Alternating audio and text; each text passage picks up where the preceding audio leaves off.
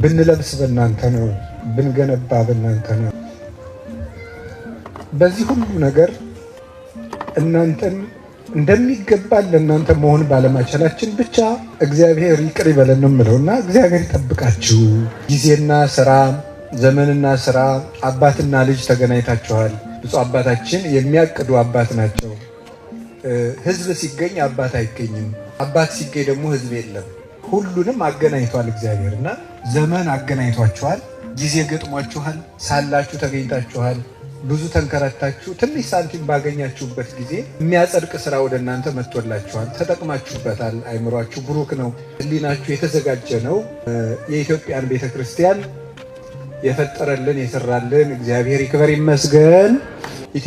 የኢትዮጵያ ምዕመናን ማንም አይስተካከላችሁም። ከነ ድክመታችን ማለት እውነቴን ነው፣ ከነ ኃጢአታችን ከነ ድክመታችን የሚስተካከላችሁ የለም። አልቅሳችሁ መሸኘት የምታውቁ፣ ስቃችሁ ተለምናችሁ ሳይሆን ለምናችሁ የምታበሉ፣ አባት ማክበር የምታውቁበት፣ ስቃችሁ እንግዳ የምትቀበሉ፣ ፍቅር የምታውቁ፣ እግዚአብሔርን በሌለ ቤታችሁ የምታከብሩ፣ እውነት ለመናገርና ወገን የምትወዱ እንደ ኢትዮጵያ ምዕመናን ያለ የትም አይገኝም እና የእናንተ ወንድሞች ስለሆን በጣም እኔ በበኩሌ በጣም እግዚአብሔርን አመሰግነዋለሁ። እንደው ለእናንተ ብዙ መሆን የሚገባን ነበር።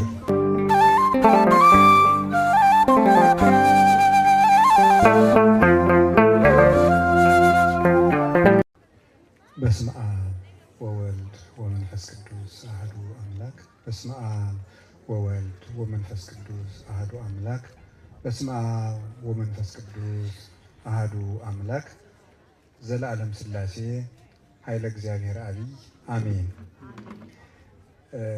ብፁዕ አባታችን አቡነ ዲዮናስዮስ የጀርመን ሀገረ ስብከት የምስራቅ ጎጃም አህጉረ ስብከት ሊቀ ጳጳስ፣ ክቡር መላከማዊ ልሳነ ወርቅ የሀገረ ስብከቱ ዋና ስራ አስኪያጅ እና የዚህ ታላቅ ደብረ አስተዳዳሪ ሊቃውንተ ቤተ ክርስቲያን ሁላችሁ፣ መምህር ልዑል ሰገድን ጨምሮ የእግዚአብሔር ቤተሰቦች፣ ክርስቶስ ተንሥአ እሙታን አሰሮ ለሰይጣን ሰላም ኮነ፣ ሙቶ ተሰቅሎ ሰላም ደስታ የሰጠን መድኃኔ ዓለም ክብር ምስጋና ይግባው። በሆነው ነገር ሁሉ ስሙ የተመሰገነ ይሁን። እንኳን ደህና መጣችሁ፣ እንኳን አደረሳችሁ እና እንኳን ተፈጠራችሁ፣ እንኳን ክርስቲያን ሆናችሁ፣ እንኳን ዘመዶቻችን ሆናችሁ። እግዚአብሔር ይክበር ይመስገን። ድንገት ዝናቡ ከጣለ ሳያቋርጠኝ አንድ ነገር ቀድሜ ከትምህርት በፊት ልነግራችሁ የምፈልገው ነገር አለ። እስከዚያ ከጣለም ይሄን ተናግሬ እቀመጣለሁ። ምንድነው? በጣም እንደምወዳችሁ ለመንገር ነው። እውነቴን ማለት ነው። በጣም እውነት ነው። ለምንድነው ይህንን የምልበት መሰረታዊ ምክንያት የኢትዮጵያ ምዕመናን ማንም አይስተካከላችሁም። ከነ ድክመታችን ማለት እውነቴን ነው። ከነ ኃጢአታችን ከነ ድክመታችን የሚስተካከላችሁ የለም። አልቅሳችሁ መሸኘት የምታውቁ፣ ስቃችሁ ተለምናችሁ ሳይሆን ለምናችሁ የምታበሉ፣ አባት ማክበር የምታውቁበት፣ ስቃችሁ እንግዳ የምትቀበሉ፣ ፍቅር የምታውቁ፣ እግዚአብሔርን በሌለ ቤታችሁ የምታከብሩ፣ እውነት ለመናገርና ወገን የምትወዱ እንደ ኢትዮጵያ ምዕመናን ያለ የትም አይገኝም እና የእናንተ ወንድሞች ስለሆን በጣም እኔ በበኩሌ በጣም እግዚአብሔርን አመሰግነዋለሁ። እንደው አጋንንትም ዓለምም ስጋዬም ካልያዘኝ በቀር ለእናንተ ምሞት እንኳን ቢሆን ደስታዬ ነው። እውነቴን ከልቤ ማለት ነው። ግን በኃጢአት ነው የምንኖረውና በጣም አዝናለሁ። ለእናንተ ብዙ መሆን የሚገባን ነበር። ቅዳሴ ስለቀደስኩ ምንም ነገር እንዳልል እግዚአብሔር ይጠብቀኝና እጅግ በጣም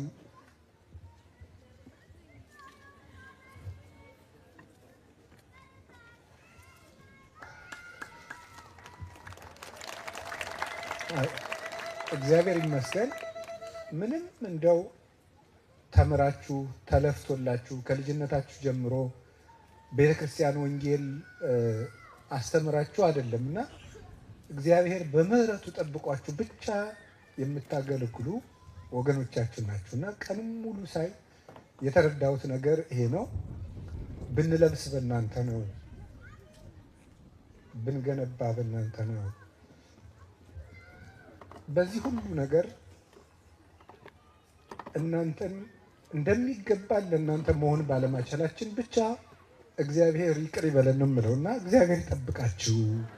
እግዚአብሔር ከሁላችን ጋር ይሁን። እግዚአብሔር ከሁላችን ጋር ይሁን።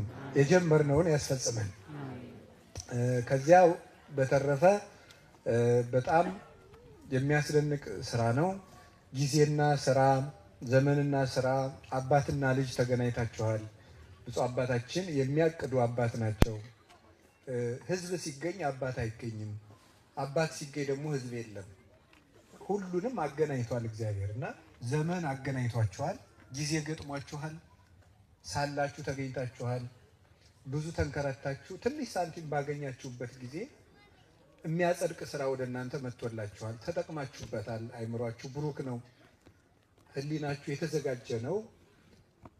የኢትዮጵያን ቤተክርስቲያን የፈጠረልን የሰራልን እግዚአብሔር ይክበር ይመስገን። እንግዲህ እንደዚህ ከሆነ ትንሽ አጭር ጊዜ ወስጄ ትምህርት እንማማራለን። የምንማማርበት የትምህርታችን ርዕስ እግዚአብሔር እስካስቻለን ድረስ አንድ መሆንን ስጠን በሚል ርዕስ ነው የምንማማረው። እስኪ በሉ ድገሙ፣ ሁላችሁ ድገሙ። ምን አላችሁ? አንድ መሆንን ስጠን። ቅዳሴ ላይ የምንሰማው ቃል ነው። ስትሰሙት ሁልጊዜ ትዝ እንዲላችሁ ሀበነ ንህበር በዘዚአከ መንፈስ ቅዱስ የሚለው ማለት ነው። ሰምታችሁ ታስታውሳላችሁ። ሀበነ ንህበር በዘዚአከ መንፈስ ቅዱስ ወፈውሰነ በዝንቱ ጵርስፎራ ከመ ብከ ንሕየው ዘለኩሉ ዓለም ወለዓለመ ዓለም የሚለው። ስለዚህ አቤቱ አንድ መሆንን ስጠን። ቅዳሴው ሲቀደስ ቆይቶ ካህኑ ስጋውን ለእኛ ፈትቶ ሲሰጠን የሚናገረው ቃል ነው። ቅዱስ ስጋው ክቡር ደሙን እየፈተተ ወይም ቅዱስ ስጋውን እየፈተተ ካህኑ መቅደስ ውስጥ የሚጸለየው ጸሎት ነው።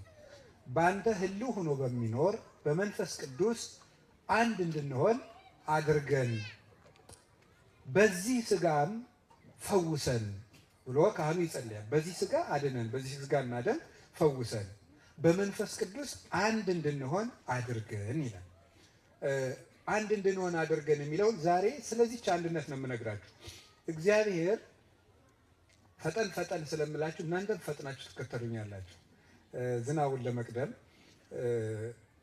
እግዚአብሔር የአንድነት አምላክ ነው። የመጀመሪያው ለምንድን ነው አንድ መሆን የሚያስፈልገን ብላችሁ ጠይቁ። እግዚአብሔር አንድ ነው። አብ፣ ወልድ፣ መንፈስ ቅዱስ ስንት አምላክ ነው? አቤት አንድ አምላክ አይደለም? እግዚአብሔር አንድ ነው። እናንተ ልብ፣ ቃል፣ እስትንፋስ አለው። ለምሳሌ ገብረ ሥላሴን ብንወስድ ልብ አለው፣ ቃል አለው፣ እስትንፋስ አለው። ስንት ሰው መጣ እንላለን? አንድ ሰው። አብ ልብ ነው፣ ወልድ ቃል ነው፣ መንፈስ ቅዱስ እስትንፋስ ነው። ስንት አምላክ እንላለን? አንድ አምላክ እንላለን። እግዚአብሔር ስንት ነው በተባልን ጊዜ እንላለን ምን እንላለን? አንድም ሶስትም እንላለን። ግን አምላክ ስንት ነው ብንባል አንድ ነው። እግዚአብሔር በአካሉ ሶስት ነው፣ በጌትነቱ ግን አንድ ነው። ሰው የልብነት፣ የቃልነት፣ የእስትንፋስነት አካል ስላለው ሶስት እንደማይበለው አብ ልብ ነው፣ ወልድ ቃል ነው። ዮሐንስ ወንጌል ምዕራፍ 1 ቁጥር 1 ላይ በመጀመሪያ ቃል ነበር እንዳለ ወልድ ራሱ ቃል ይባላል። ወልድ ቃል ከሆነ ቃል የሚወጣው ከልብ ነው። ወልድን የወለደ አብ ልብ ይሆናል። መንፈስ ቅዱስ ደግሞ እስትንፋስ ነው። ስለዚህ ልብ፣ እስትንፋስ፣ ቃል ያለው አንድ ሰው ይባላል እንጂ ሶስት ሰው እንዳይባል እግዚአብሔርም አንድ ነው። ስለዚህ አምልኮ የሚጀመረው በአንድ ነው። ቅዳሴው የሚጀመረው ምን ተብሎ ይመስላችኋል? አሃዱ ተብሎ ነው አይደለም? አሃዱ አብ ቅዱስ፣ አሃዱ ወልድ ቅዱስ፣ አሃዱ ውእቱ መንፈስ ቅዱስ። እግዚአብሔር አብ አንድ ነው፣ እግዚአብሔር ወልድ አንድ ነው፣ እግዚአብሔር መንፈስ ቅዱስ አንድ ነው ማለት አብ ከወልድና ከመንፈስ ቅዱስ ጋር አንድ ነው። ወልድ ከአብና ከመንፈስ ቅዱስ ጋር አንድ ነው። መንፈስ ቅዱስ ከአብና ከወልድ ጋር አንድ ነው ማለት ነው። አሃዱ አብ ቅዱስ፣ አሃዱ ወልድ ቅዱስ፣ አሃዱ ውእቱ መንፈስ ቅዱስ ማለት አብ ከወልድ ከመንፈስ ቅዱስ ጋር አንድ ነው። ወልድ ከአብ ከመንፈስ ቅዱስ ጋር አንድ ነው። መንፈስ ቅዱስ ከአብና ከወልድ ጋር አንድ ነው ማለት ነው። አሃዱ አብ ቅዱስ ማለት ቅዳሴው ይሄ ነው። ሁለት ትርጉም ያለው፣ አንደኛው አብ ነው፣ እንደ አብ ያለ ሌላ የለም። አብ ወልድ አይሆንም። ግዕዝ እየጠቀስኩ ጊዜ ላለመሸፈን ጥቅሶችን ተቸዋለሁ። ይሰማይ አበ እይትመየጥ ስም አብ እንከዊነ ስም አብ ሀበ ከዊነ ስም ወልድ ወከዊነ ስም መንፈስ ቅዱስ ይላል።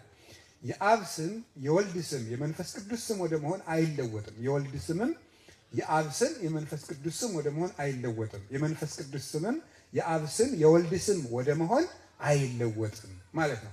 አብ ብቻውን ነው በአካሉ፣ ወልድ ብቻውን ነው፣ መንፈስ ቅዱስ ብቻውን ነው በአካሉ ልዩ ነው። በጌትነቱ ደግሞ አብ ከወልድ ከመንፈስ ቅዱስ ጋር አንድ ነው። ወልድ ከአብ ከመንፈስ ቅዱስ ጋር አንድ ነው። መንፈስ ቅዱስ ከአብና ከወልድ ጋር አንድ ነው። ቅዳሴ በአንድነት ይጀመራል። ቅዳሴ በምንድን ነው? ንገሩኝ። የሚለያይ ሰው እየቀደሰ ራሱ ከእግዚአብሔር የተለየ ነው። ቅዳሴው የአንድነት ስለሆነ ማለት ነው። መለየትን የሚያመጣ ቄስ ቢሆን ራሱ ቄስ አይደለም፣ ጳጳስ ሲሆን ጳጳስ አይደለም፣ ፓትርያርክ ቢሆን ፓትርያርክ ሆኖ እየቀደሰ መለያየትን የሚያመጣ ከሆነ በዚያ ቅዳሴ አይጸድቅበትም። መለያየት ያለው ሰው ቅዳሴው አይጠቅመውም። ቅዳሴ የአንድነት ነው። ሃይማኖት የአንድነት ነው። እግዚአብሔር አንድ ነው። እግዚአብሔር በአካሉ ሶስት ሲሆን በባህሪው አንድ ነው። እንደዚሁ ሁሉ ብዙ አንዱ እግዚአብሔር ብዙ ህብረ መልክ ያላቸውን የተለያየ ህብረ መልክ የተለያየ አካል ያላቸውን ግን በአንድ ስምምነት የሚኖሩ አንድ ዓለም ፈጠረ። ልብ በሉ፣ አንድ ዓለም ፈጠረ። እንደው ሊቃውንት እነ ቅዱስ አትናቴዎስ ሲናገሩ ብዙ ይሄ ግኖስቲኮች የሚባሉ አሉ። ግኖስቲክ የሚባለው ግኖሲስ የሚለው የግሪኩ ቃል ተወስዶ ነው እና የእውቀት ሰዎች ማለት ነው። እና እነዚህ ግኖስቲኮች ምን ይላሉ? በሐዋርያት ዘመንና እስከ 130 ዓመተ ምህረት ድረስ በሐዋርያውያን አበው ጭምር የነበሩ አባቶች ናቸው። በነበሩ አባቶች ዘመን የነበሩ ናቸው እነዚህ ግኖስቲኮች። እና ክፉ አምላክና ደግ አምላክ አለ ብለው ያምናሉ። ክፉን የፈጠረ ክፉ አምላክ ነው፣ ይሄ ጨለማን ኃጢአትን እንደዚህ ያለውን። ደጉን የፈጠረ ደግሞ ደጉ አምላክ ነው ብለው ያምናሉ። ቅዱስ አትናቴዎስ ይህን ሲመልስ ምን ብሎ ይናገራል? እንዴ ሁለት አምላክ ቢሆን ኑሮማ መስማማቱ የት ይገኛል ይላል። በግዛት እየተጣሉ እኮ ዓለም መፍረስ ነው አይደለም እንዴ? ሁለት አምላክ ቢኖር ኑሮ ዓለም በሰላም መኖር አይችልም ነበር። እንኳንስ የአማልክት ጠብ የሰው ጠብ እንኳን ሀገር አላኖር ብሏል። ስለዚህ እግዚአብሔር አንድ አምላክ ብዙ የፈረስ ጭራ በአንድ የሚቃኝ ሲመታ አንድ ድምፅ ያወጣል። ጭራዎቹ ብዙ ናቸው። መሰንቆን የሚቃኘው አንድ ሰው ግን ሲቃኘው አንድ የተስማማ ልብ የሚመስጥ ድምፅ ያወጣል። እግዚአብሔር ይህንን ዓለም የሚቃኝ ስለሆነ አንድ አምላክ ስለሚቃኘው ይህ ዓለም ተስማምቶ ይኖራል ይላል። እንዴት ነው ተስማምቶ ይኖራል? የእኛን ጠብ አትዩት እሺ። የእኛን ጠብ ሳይሆን የምታዩት ለምሳሌ ተስማምተው እንዴት እንደሚኖሩ አሳያችኋለሁ። ሰውን ውሰዱት። ሰው ራሳችሁ ሰው ከምን የተፈጠረው? ከውሃ ከነፋስ ከእሳትና ከመሬት። እሺ ጠበኞቹን ላሳያችሁ። ነፋስና መሬት ጠበኛ ናቸው? ሰላም ናቸው? አታው ጠበኛ ናቸው አይደለም እንዴ? ነፋስ መሬትን ምን ያደርገዋል? ይጠርገዋል። መሬት ደግሞ ጭቃ ሆኖ ይመረግና ነፋሱ ምን ይለዋል? ይጋርደዋል፣ ያስቀረዋል። ስለዚህ ጠበኛ ናቸው። እና እንዴት ነው ጠበኞች በባህሪያችን ውስጥ መኖር የቻሉት? በእኛ ሰውነት ውስጥ አንድ የሚቃኝ አምላክ ስላለ ነው። የሚቃኝ አምላክ ተስማምተው የኑሮ ድምፅ እንዲያወጡ የሚቃኛቸው አምላክ አለ። ነፋሱ በመሬት ባህሪያችን፣ መሬቱ በእሳት ባህሪያችን እንዳይነሳ የሚቃኝ አምላክ አለ። ውሃ ባህሪ አለ። ውሃና እሳት ምኖች ናቸው? ጠበኞች ናቸው፣ ይዋደዳሉ። ስለዚህ ውሃው በእሳቱ ላይ ቢነሳ ይጠፋል። እሳቱ በውሃ ላይ ቢነሳ ምን ይሆናል? ደግሞ እንነዳለን ማለት ነው። ታዲያ እንዴት ነው በሰላም ውለን የምናድረው ሲባል አራቱን አንድ ቆዳ ውስጥ እኮ ነው። አንድ ቆዳ ውስጥ ጠበኞችን አስማምቶ የሚያኖር አምላክ አለ። አንድ ሰውነት ውስጥ ነው። ይሄ ማለት ምን ማለት እንደሆነ ልንገራችሁ። ለምሳሌ የውሃ ባህሪያችንን የእሳት ባህሪያችን ተጣልቶት ቢያስወግደው ምን እንደሚፈጠር ታውቃላችሁ? የምንበላው ቁጭልና አይበጠበጥም ማለት ነው። ያለ ውሃ የምግብ መፈጨት የለም ወይም ደግሞ እንሽርሽሪት የለም ማለት ነው። ከዚያ ደግሞ እንደተበጠበጠ የውሃ ባህሪያችን የእሳት ባህሪያችን ቢያስወግደው ኑሮ የእሳት ባህሪያችን ቢሆን አሁንም ምግባችን ውስጥ የእሳት ባህሪያችን ባያቀልጠው ወደ ደምነት መለወጥ ባልተቻለ ነበር። የመሬት ባህሪያችን የነፋስ ባህሪያችንን ቢያጠፋው ኑሮ ምን ይሆናል መሰላችሁ? የሚረባውን ምግብ ከማይረባው ምግብ መለየት ባልተቻለ ነበር። ያ ማለት ነው ምግባችን ተፈጭቶ በአፍ ወርዶ በጨጓራ ተፈጭቶ በወፍራም አንጀት ልሞ ከቀጭን አንጀት ሄዶ ከዚያ በኋላ ተጣርቶ በኦክሲጅን የበለጸገ ደም ሆኖ ወደ ደም አውታሮቻችን ተልኮ ይሄ ምን ያደርገው ምንድነው? ፍሬን ከገለባ የሚለየው ማን ነው? ነፋስ አይደል? ነፋሱ ነው። ያን የሚያደርገው ማን ነው? እግዚአብሔር ነው። የነፋስ ባህሪ ባይኖረን እግዚአብሔር ነፋስን ከሰውነታችን ቢያጠፋው የምንበላው ነገር ሁሉ ተለይቶ ደም መሆን አይችልም ማለት ነው። ሰው ደግሞ ደም ባይረጭለት ይቆማል፣ ይሞታል ማለት ነው። ነፋስ ብትጎለን እንሞታለን። ስለዚህ እግዚአብሔር ጠበኞችን አስማምቶ ሰው ቆሞ አቶ ገሌ ወይዘሮ ገሌ ሲባል ነው ይዋላል ማለት ነው። ነፋስ እሳት እና ውሃ ተስማምተው በመቆማቸው ማለት ነው።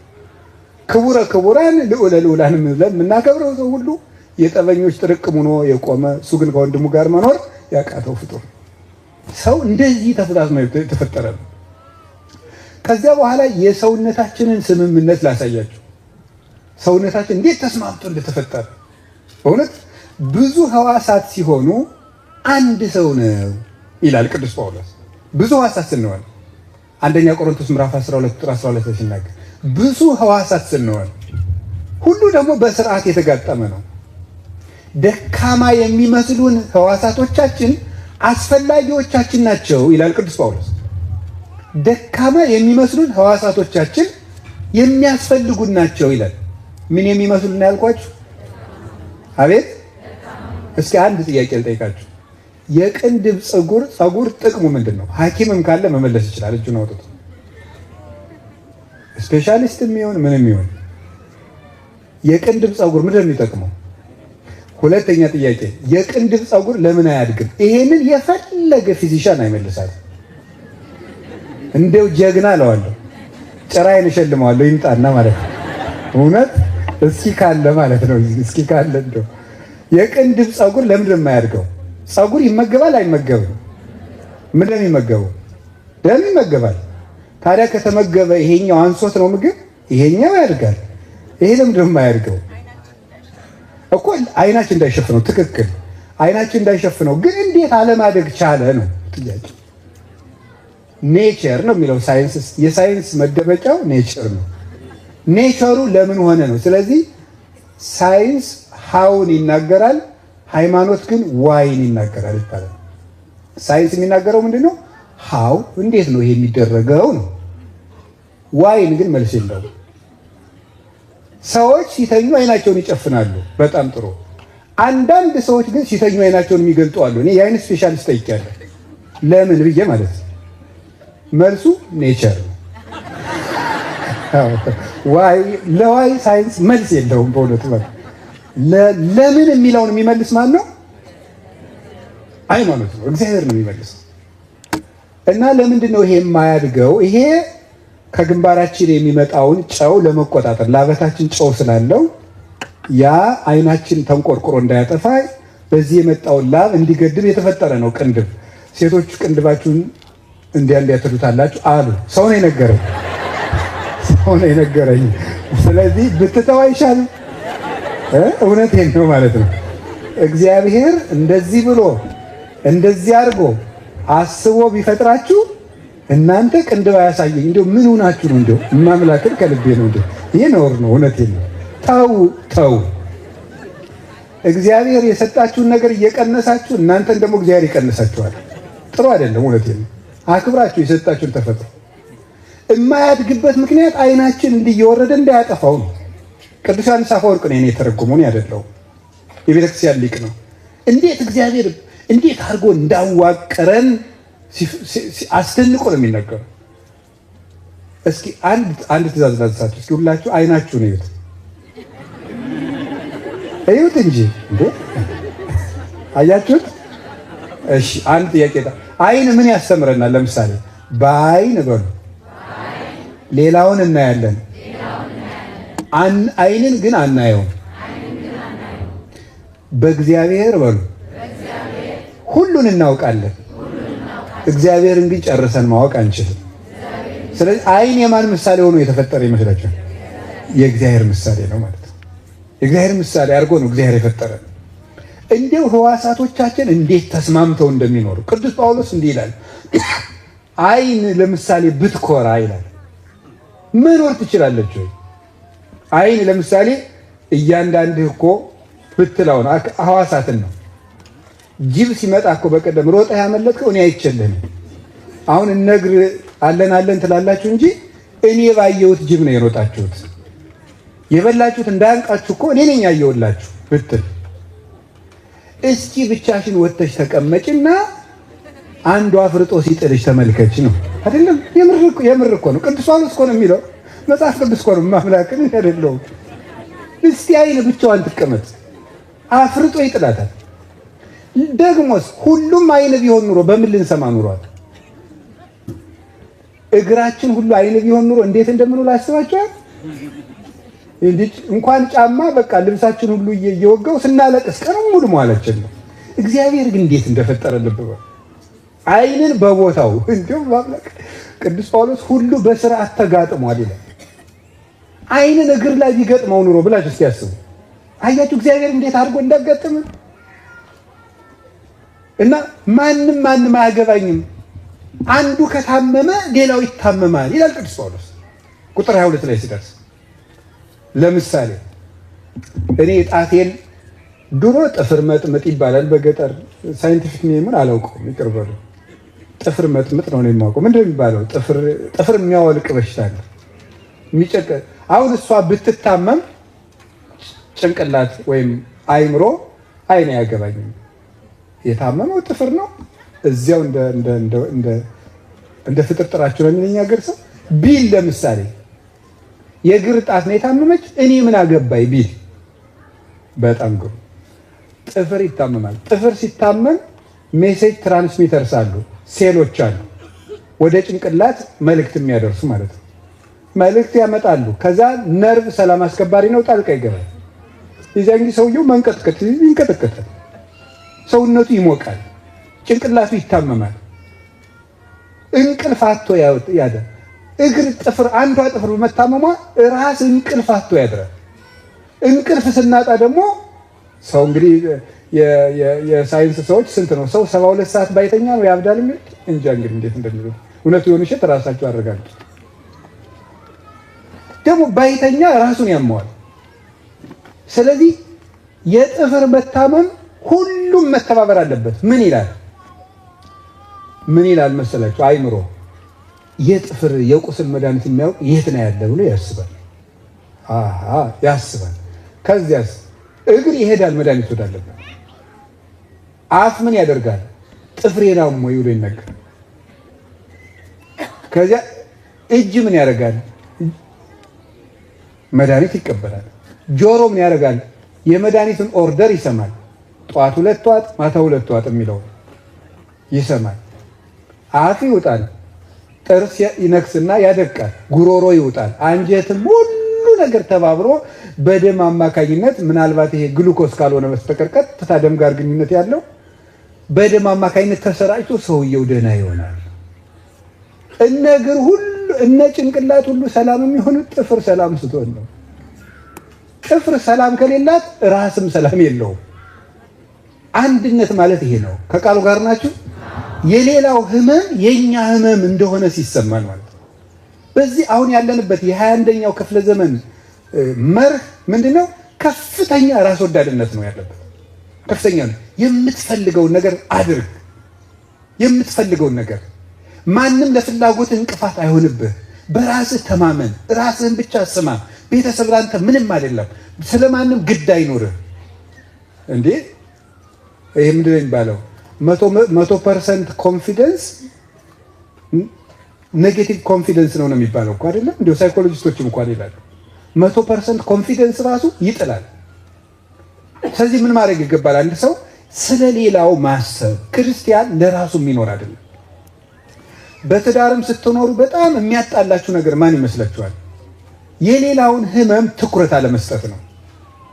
የራስን ፍላጎት ብቻ እንዲህ ይባላል እኮ በቃሪያ የሚበላ ሰውና በጫማ የሚሄድ ሰው ለጓደኛው ያዝም ይባላል። በጫማ ሲሄድ ጓደኛው ሾው ጋር አያስቡ አንተ ቶሎ ቶሎ ና እያለ የሚሮጥ በቃሪያ የሚበላው ሰውዬም ሲያቃጥለው ያለ ማብረድ መጉረስ ነው። እንጀራ ያልቃል አይደለም እነሱ ጦም ይውላሉ አይደለም ለማብረድ ብሎ መጠቅለል ነው ማለት ነው። እና ምንድነው የሌላውን ህመም ማሰብ የሌላውን ህመም የሌላውን ንዴቱን ውሎውን ብሶቱን ደስታውን ንክክሩን ሁሉ ቦታ መስጠት ያስፈልጋል። የራስን ጩኸት ብቻ እንደ ገደል ማሚቶ መስማት አንድነትን ያዛባል። ህዋሳትን አለመናቅ ጩኸት አይናቅ ህዋስም አይናቅ አካልም አይናቅ። ለምሳሌ እንገራችሁ ቅዱስ ጳውሎስ ምን ይላል? የምናፍርባቸው ህዋሳቶቻችን ክብሮቻችን ናቸው ይላል። ተሰማላችሁ?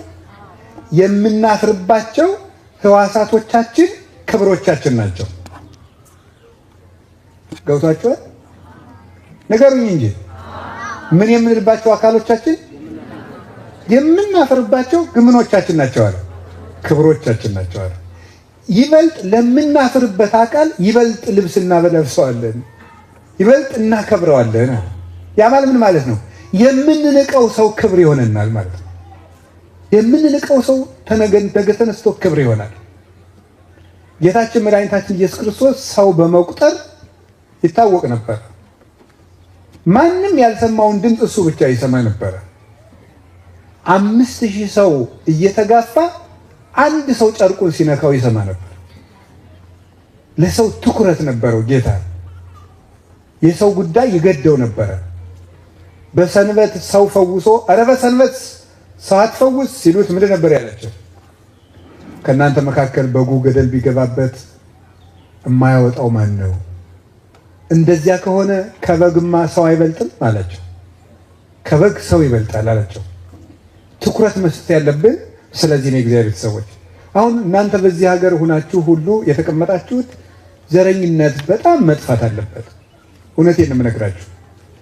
የእናንተ ዘር ያልሆነው ሲሞት ደስ የሚላችሁ የእናንተ ዘር የሆነው እኔ እነማንም ሆነው አሁን እነማን እንደሆነ አለችው አላውቅም። እኔ እነማንም ሆነው መነኩሴ እግር ነው እንጂ አገር የለውም።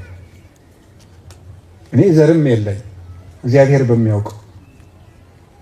ስለዚህ ሌላው ሲሞት እምትጨፍሩ ደስ ይላችሁ። ሰሎሞን ምን አለ? በጠላትህ ሞት ደስ አይበልህ ቀን የሚያመጣውን አታውቅምና ብሏል። ቀን የሚያመጣውን አታውቅም። አንተን የሚያስለቅስ ነገር ደግሞ ነገ ይመጣል። ስለዚህ ጠላቶቻችን እንኳን ቢሞቱ ሲሞቱ ደስ ሊለን አይገባም። አባ ጊዮርጊስ ዘጋስጫ ንጉሥ ዳዊት ቀዳማዊ ዳዊት አሳስሮት ነበረ። በነገረ ሰሪ አማካይነት ቢቱ የሚባል መናፍቅ ነበረ። ከፖለቲካ እየተጠጋ ይበጠበጥ ነበር ቤተክርስቲያን። በክርክር ሲያቅተው ከፖለቲካ እየተጠጋ ቤተክርስቲያን መከራም ያበላ ሰው ነበር። ቢቱ ይባላል። እንደውም አባ ጊዮርጊስ የተናገረው በበከመ ይትካል ነጊረ እበየ ሂሩታ ለማርያም ከማው ይትካል ነጊረ እበየ እከዩ ለቢቱ ይላል። የማርያምን ደግነት ተናግሮ መዝለቅ እንደማይቻል የቢቱን ተንኮል ተናግሮ መዝለቅ አይቻልም ይላል። እንደዚህ ያለ ሰው ነበር እና አሳስሮት አባ ጊዮርጊስ እንደታሰረ ንጉሥ ዳዊት ሞተ። ያ ጠላትህ እኮ ያሳሰረ ንጉሥ ሞተ አሉት። ኧረ ባል ሞተ አለ። እንዴት ሲሉት እመቤታችን ይወዳት ነበር፣ እኔን ባይወደኝ እመቤታችን ይወድ ነበር፣ ባል ሞተ አለ። እንደው በየቀኑ በልባችሁ የገደላችሁት በጣም ብዙ ሰው የለም እገሌን እንደው ቢደፋው ያላችሁት ማለት እንደው ገሌን ክሽትር ቢያደርገው አገር ሰላም ይሆን ነበር። እዚህ ሁሉ እግዚአብሔር እንደው አንድ ሰው ቢያነሳ አላላችሁ እንዴ? ወይ መድኃኒዓለም ታው እንጂ አይ ልንገራችሁ፣ እግዚአብሔር ማንንም ሰው አይግደል። አሜን በሉ እንጂ ብቻ ለእኛ ምን ስጠን ነው የሚባለው? ሰላም ይስጠን። ማንም እንዲሞት አንጸልይ፣ ሰላም ግን እንዲሰጠን እንለምናለን። እና በልብ ራሱ መግደል ክፋት ነው። እውነቴን ነው የምነግራችሁ። የተባሸቅንበት ሰው እንዲሞት ስንጸልይ እንዲስንል በልባችን ስንጠላ ይህ በጣም አደገኛ ነገር ነው። ህብረታዊ እንዲሁ ክርስቲያን ነን ብለን ለመናገር እናፍራለን። አሁን እንደፍራለን። እኛ እንዲሁ ክርስቲያን ነን ለማለት እኛም ብታዩት እዚህ ቆይ እመጣበታለሁ እንትን እያለ ቋንቋችን ከሃይማኖታችን እየበለጠ አሁን እኛ እንደው ክርስቲያን ነን ብለን ልንናገር በጣም በእግዚአብሔር የሚያሳፍር ስራ ነው። ቀላል ነገር ይመስላችኋል? ልንገራችሁ። እኛ አሁን አንድ መነኩሴ በዝሙት ወድቆ ብናገኝ እግዚኦ እንላለን አይደል? አዎ ያስብላል። ግን ዘረኝነት ከዚያ በላይ እግዚኦ እንደሚያስብላው በጣም የሚጠላ ኃጢአት እኮ ነው። እኛ ግን ንቀነዋል። እውነቴን ነው የምነግራችሁ። ዘረኛ ሰው ክርስቶስን የሚከፍል ሰው ነው። ክርስቶስን ከፍሎ የሚሰቅል ሰው ማለት ነው። በዕለተ ዓርብ ከሰቀሉት በላይ የሚሆን እንዲያውም እንገራችሁ፣ አይሁድ የሰቀሉት አንዱን ክርስቶስን ነው። ዘረኛ ሰው ግን የክርስቶስን እጁን ሮም ግራግሩን ኢየሩሳሌም የሚሰቅል ሰው ማለት ነው። ክርስቶስን አካሉን የሚከፋፍል ሰው ማለት ነው። ዘረኛ ሰው ማለት ነው። እንደዚያ ብለን ደግሞ ክርስቲያን ቅዱስ ጳውሎስ ልብ በሉ እግዚአብሔር አይዘበትበትም ብሏል። እግዚአብሔር አይዘበትም። የኛ ቄስ፣ የኛ አባት፣ የኛ አካባቢ መነኩሴ፣ የኛ አካባቢ ጳጳስ፣ የኛ ምንትን የኛ እንዲው ክርስትናው እንዲው ፈሰሰ እኮ። እውነቴን እኮ ነው የምነግራችሁ። በጣም ነውር ነው እንዲህ ያለ ነገር። አሁን ይሄን ልመጣበት ነው እና በስርዓት መጋጠም፣ በስርዓት መኖር። እስኪ ልንገራችሁ። አሁን ልብ ትሰማላችሁ አይደለም? ልብ ያለ የት ነው? እዚህ ነው። ልብ መርጨት ባታቆም ጭንቅላት ማሰብ ይችላል? ንገሩ እንጂ አይችልም ፈጽሞ። ሰው ማሰብ የሚችለው ደም ከዚህ ሲላክለት። አንድ የለመድናት ተራት አለች አይደል? ስጋ ቁጥር ቢሉት እስቲ ጣፊያ ትጉደልና ስትውሉ ታዩታላችሁ። የሰውነታችን የጨው መጠን እኮ የምትቆጣጠረው ጣፊያ ናት። ጣፊያ ከወጣች ጸጥ እንደምንል ማወቅ አለባችሁ። እንደ ጣፊያ የምንንቀው ሰው አለ። አይ ይሄ ደግሞ መጣ እንደው እቺ ደግሞ እንደው በቃ ጀመራት የምንላቸው ሰዎች እውነቴን ነው የምነግራችሁ። እንደ ጣፊያ ተንቀው ግን ክብር የሚሆኑ ናቸው። እውነቴን ልንገራችሁ። የምናፍርበት አካላችን ክብራችን ነው። አሁን እዚህ ሀገር የምትኖሩ ወንድሞቻችን እህቶቻችንም ልጆቻቸው አንዳንዶቹ በጤና ችግር ቶሎ አፋቸውን የማይፈቱ እንደዚህ አይነት ልጆች አሉ። በእነሱ ማፈር የለባችሁ። ክርስቶስን መስለው የተፈጠሩ ናቸው።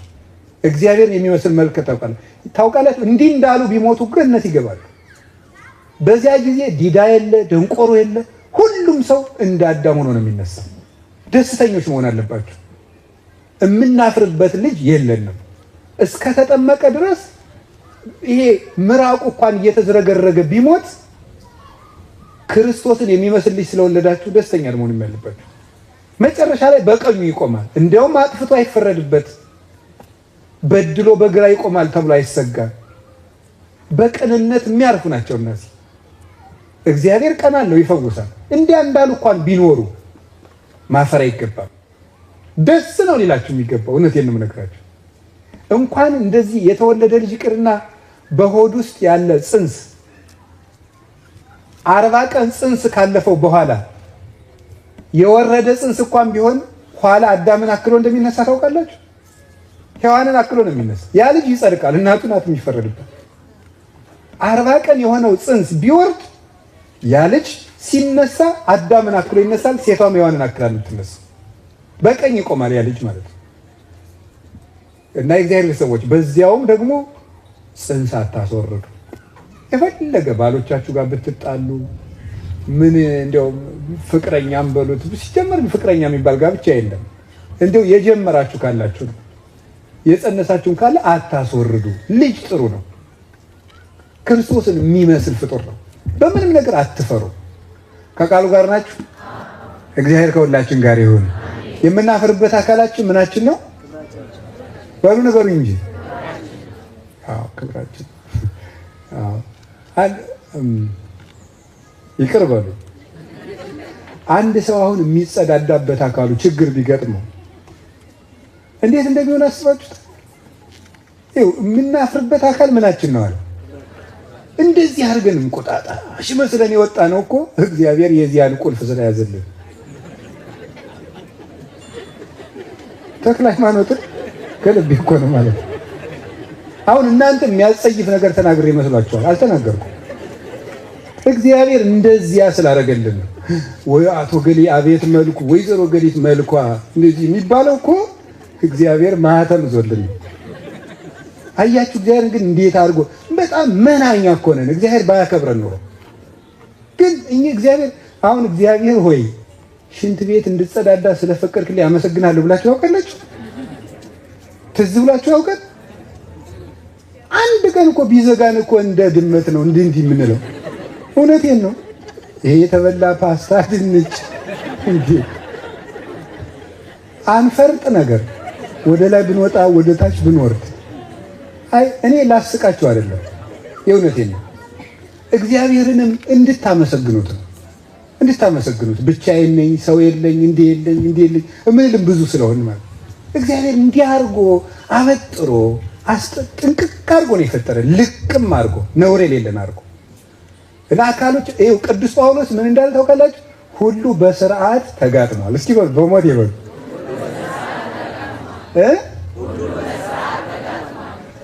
ይህ ምን ማለት እንደሆነ ታውቃላችሁ? ለምሳሌ አሁንም እንደው ምን የሰውዬ የምነካው ዛሬ እንደው አይ ይብላችሁ። እሺ ለምሳሌ የመጸዳጃ አካል ግንባር ላይ ቢሆን ኑሮ ሁሉ በስርዓት ተጋጥሟል በሉ በስርዓት ተጋጥሟል ማለት ሁሉም ያማረበት የት ላይ ስለሆነ ነው? ቦታው ላይ ማለት ሁሉ ቦታው ላይ ነው። ከቃሉ ጋር ናችሁ? አንድነት ማለት ይሄ ነው። የማይረባ ያልነው ነገር እንኳን ከብረን እንድንቆም ያደርገናል ልላችሁ ፈልጌ እሱ ነው ልነግራችሁ የምፈልገው። ላዩን ነው እኛ የምናየው ከላይ ነው እንጂ የቆምንባቸውን ጠጠሮች አናየው። አሸዋ ላይ የተገነባ ነው ትልቅ ህንፃ፣ ግን በደቃቃ አሸዋ የተገነባ ነው፣ የቆመ ነው መሰረቱ። የቆምንባቸው ትንንሽ ነገሮችን አናስታውሳቸው። እግዚአብሔር ከባዶነት ያነሳንንም አናስታውስም። ይሄን ነው ልነግራችሁ ይፈልግ። እስቲ አንድ መሆንን ስጠን በሉ። አቤት የአንዱ ጤና የሚሆን በሉ። ለሌላው ሰላም ነው። የምናፍርበት አካል ክብራችን ነው። ደካማ የሚመስሉን እጅግ የሚያስፈልጉን ናቸው። አሁን ይህን ነው እኔ የምነግራችሁ ማለት ከቃሉ ጋር ናችሁ? ከቃሉ ጋር ናችሁ? እግዚአብሔር ከሁላችን ጋር ይሁን። ለምሳሌ ብፁዕ አባታችን አሉ አይደለም? ሊቀ ጳጳስ ናቸው። ግን እቺ ልጅ ታስፈልጋቸዋለች። ይሄ ሕፃን ልጅ ያስፈልጋቸዋል። አንዲት ምስኪን ድሃ ታስፈልጋቸዋል። ይሄ አስፈልጋችሁ እኮ እናንተ አይደል? አስፈልጋችሁ ማለት ነው።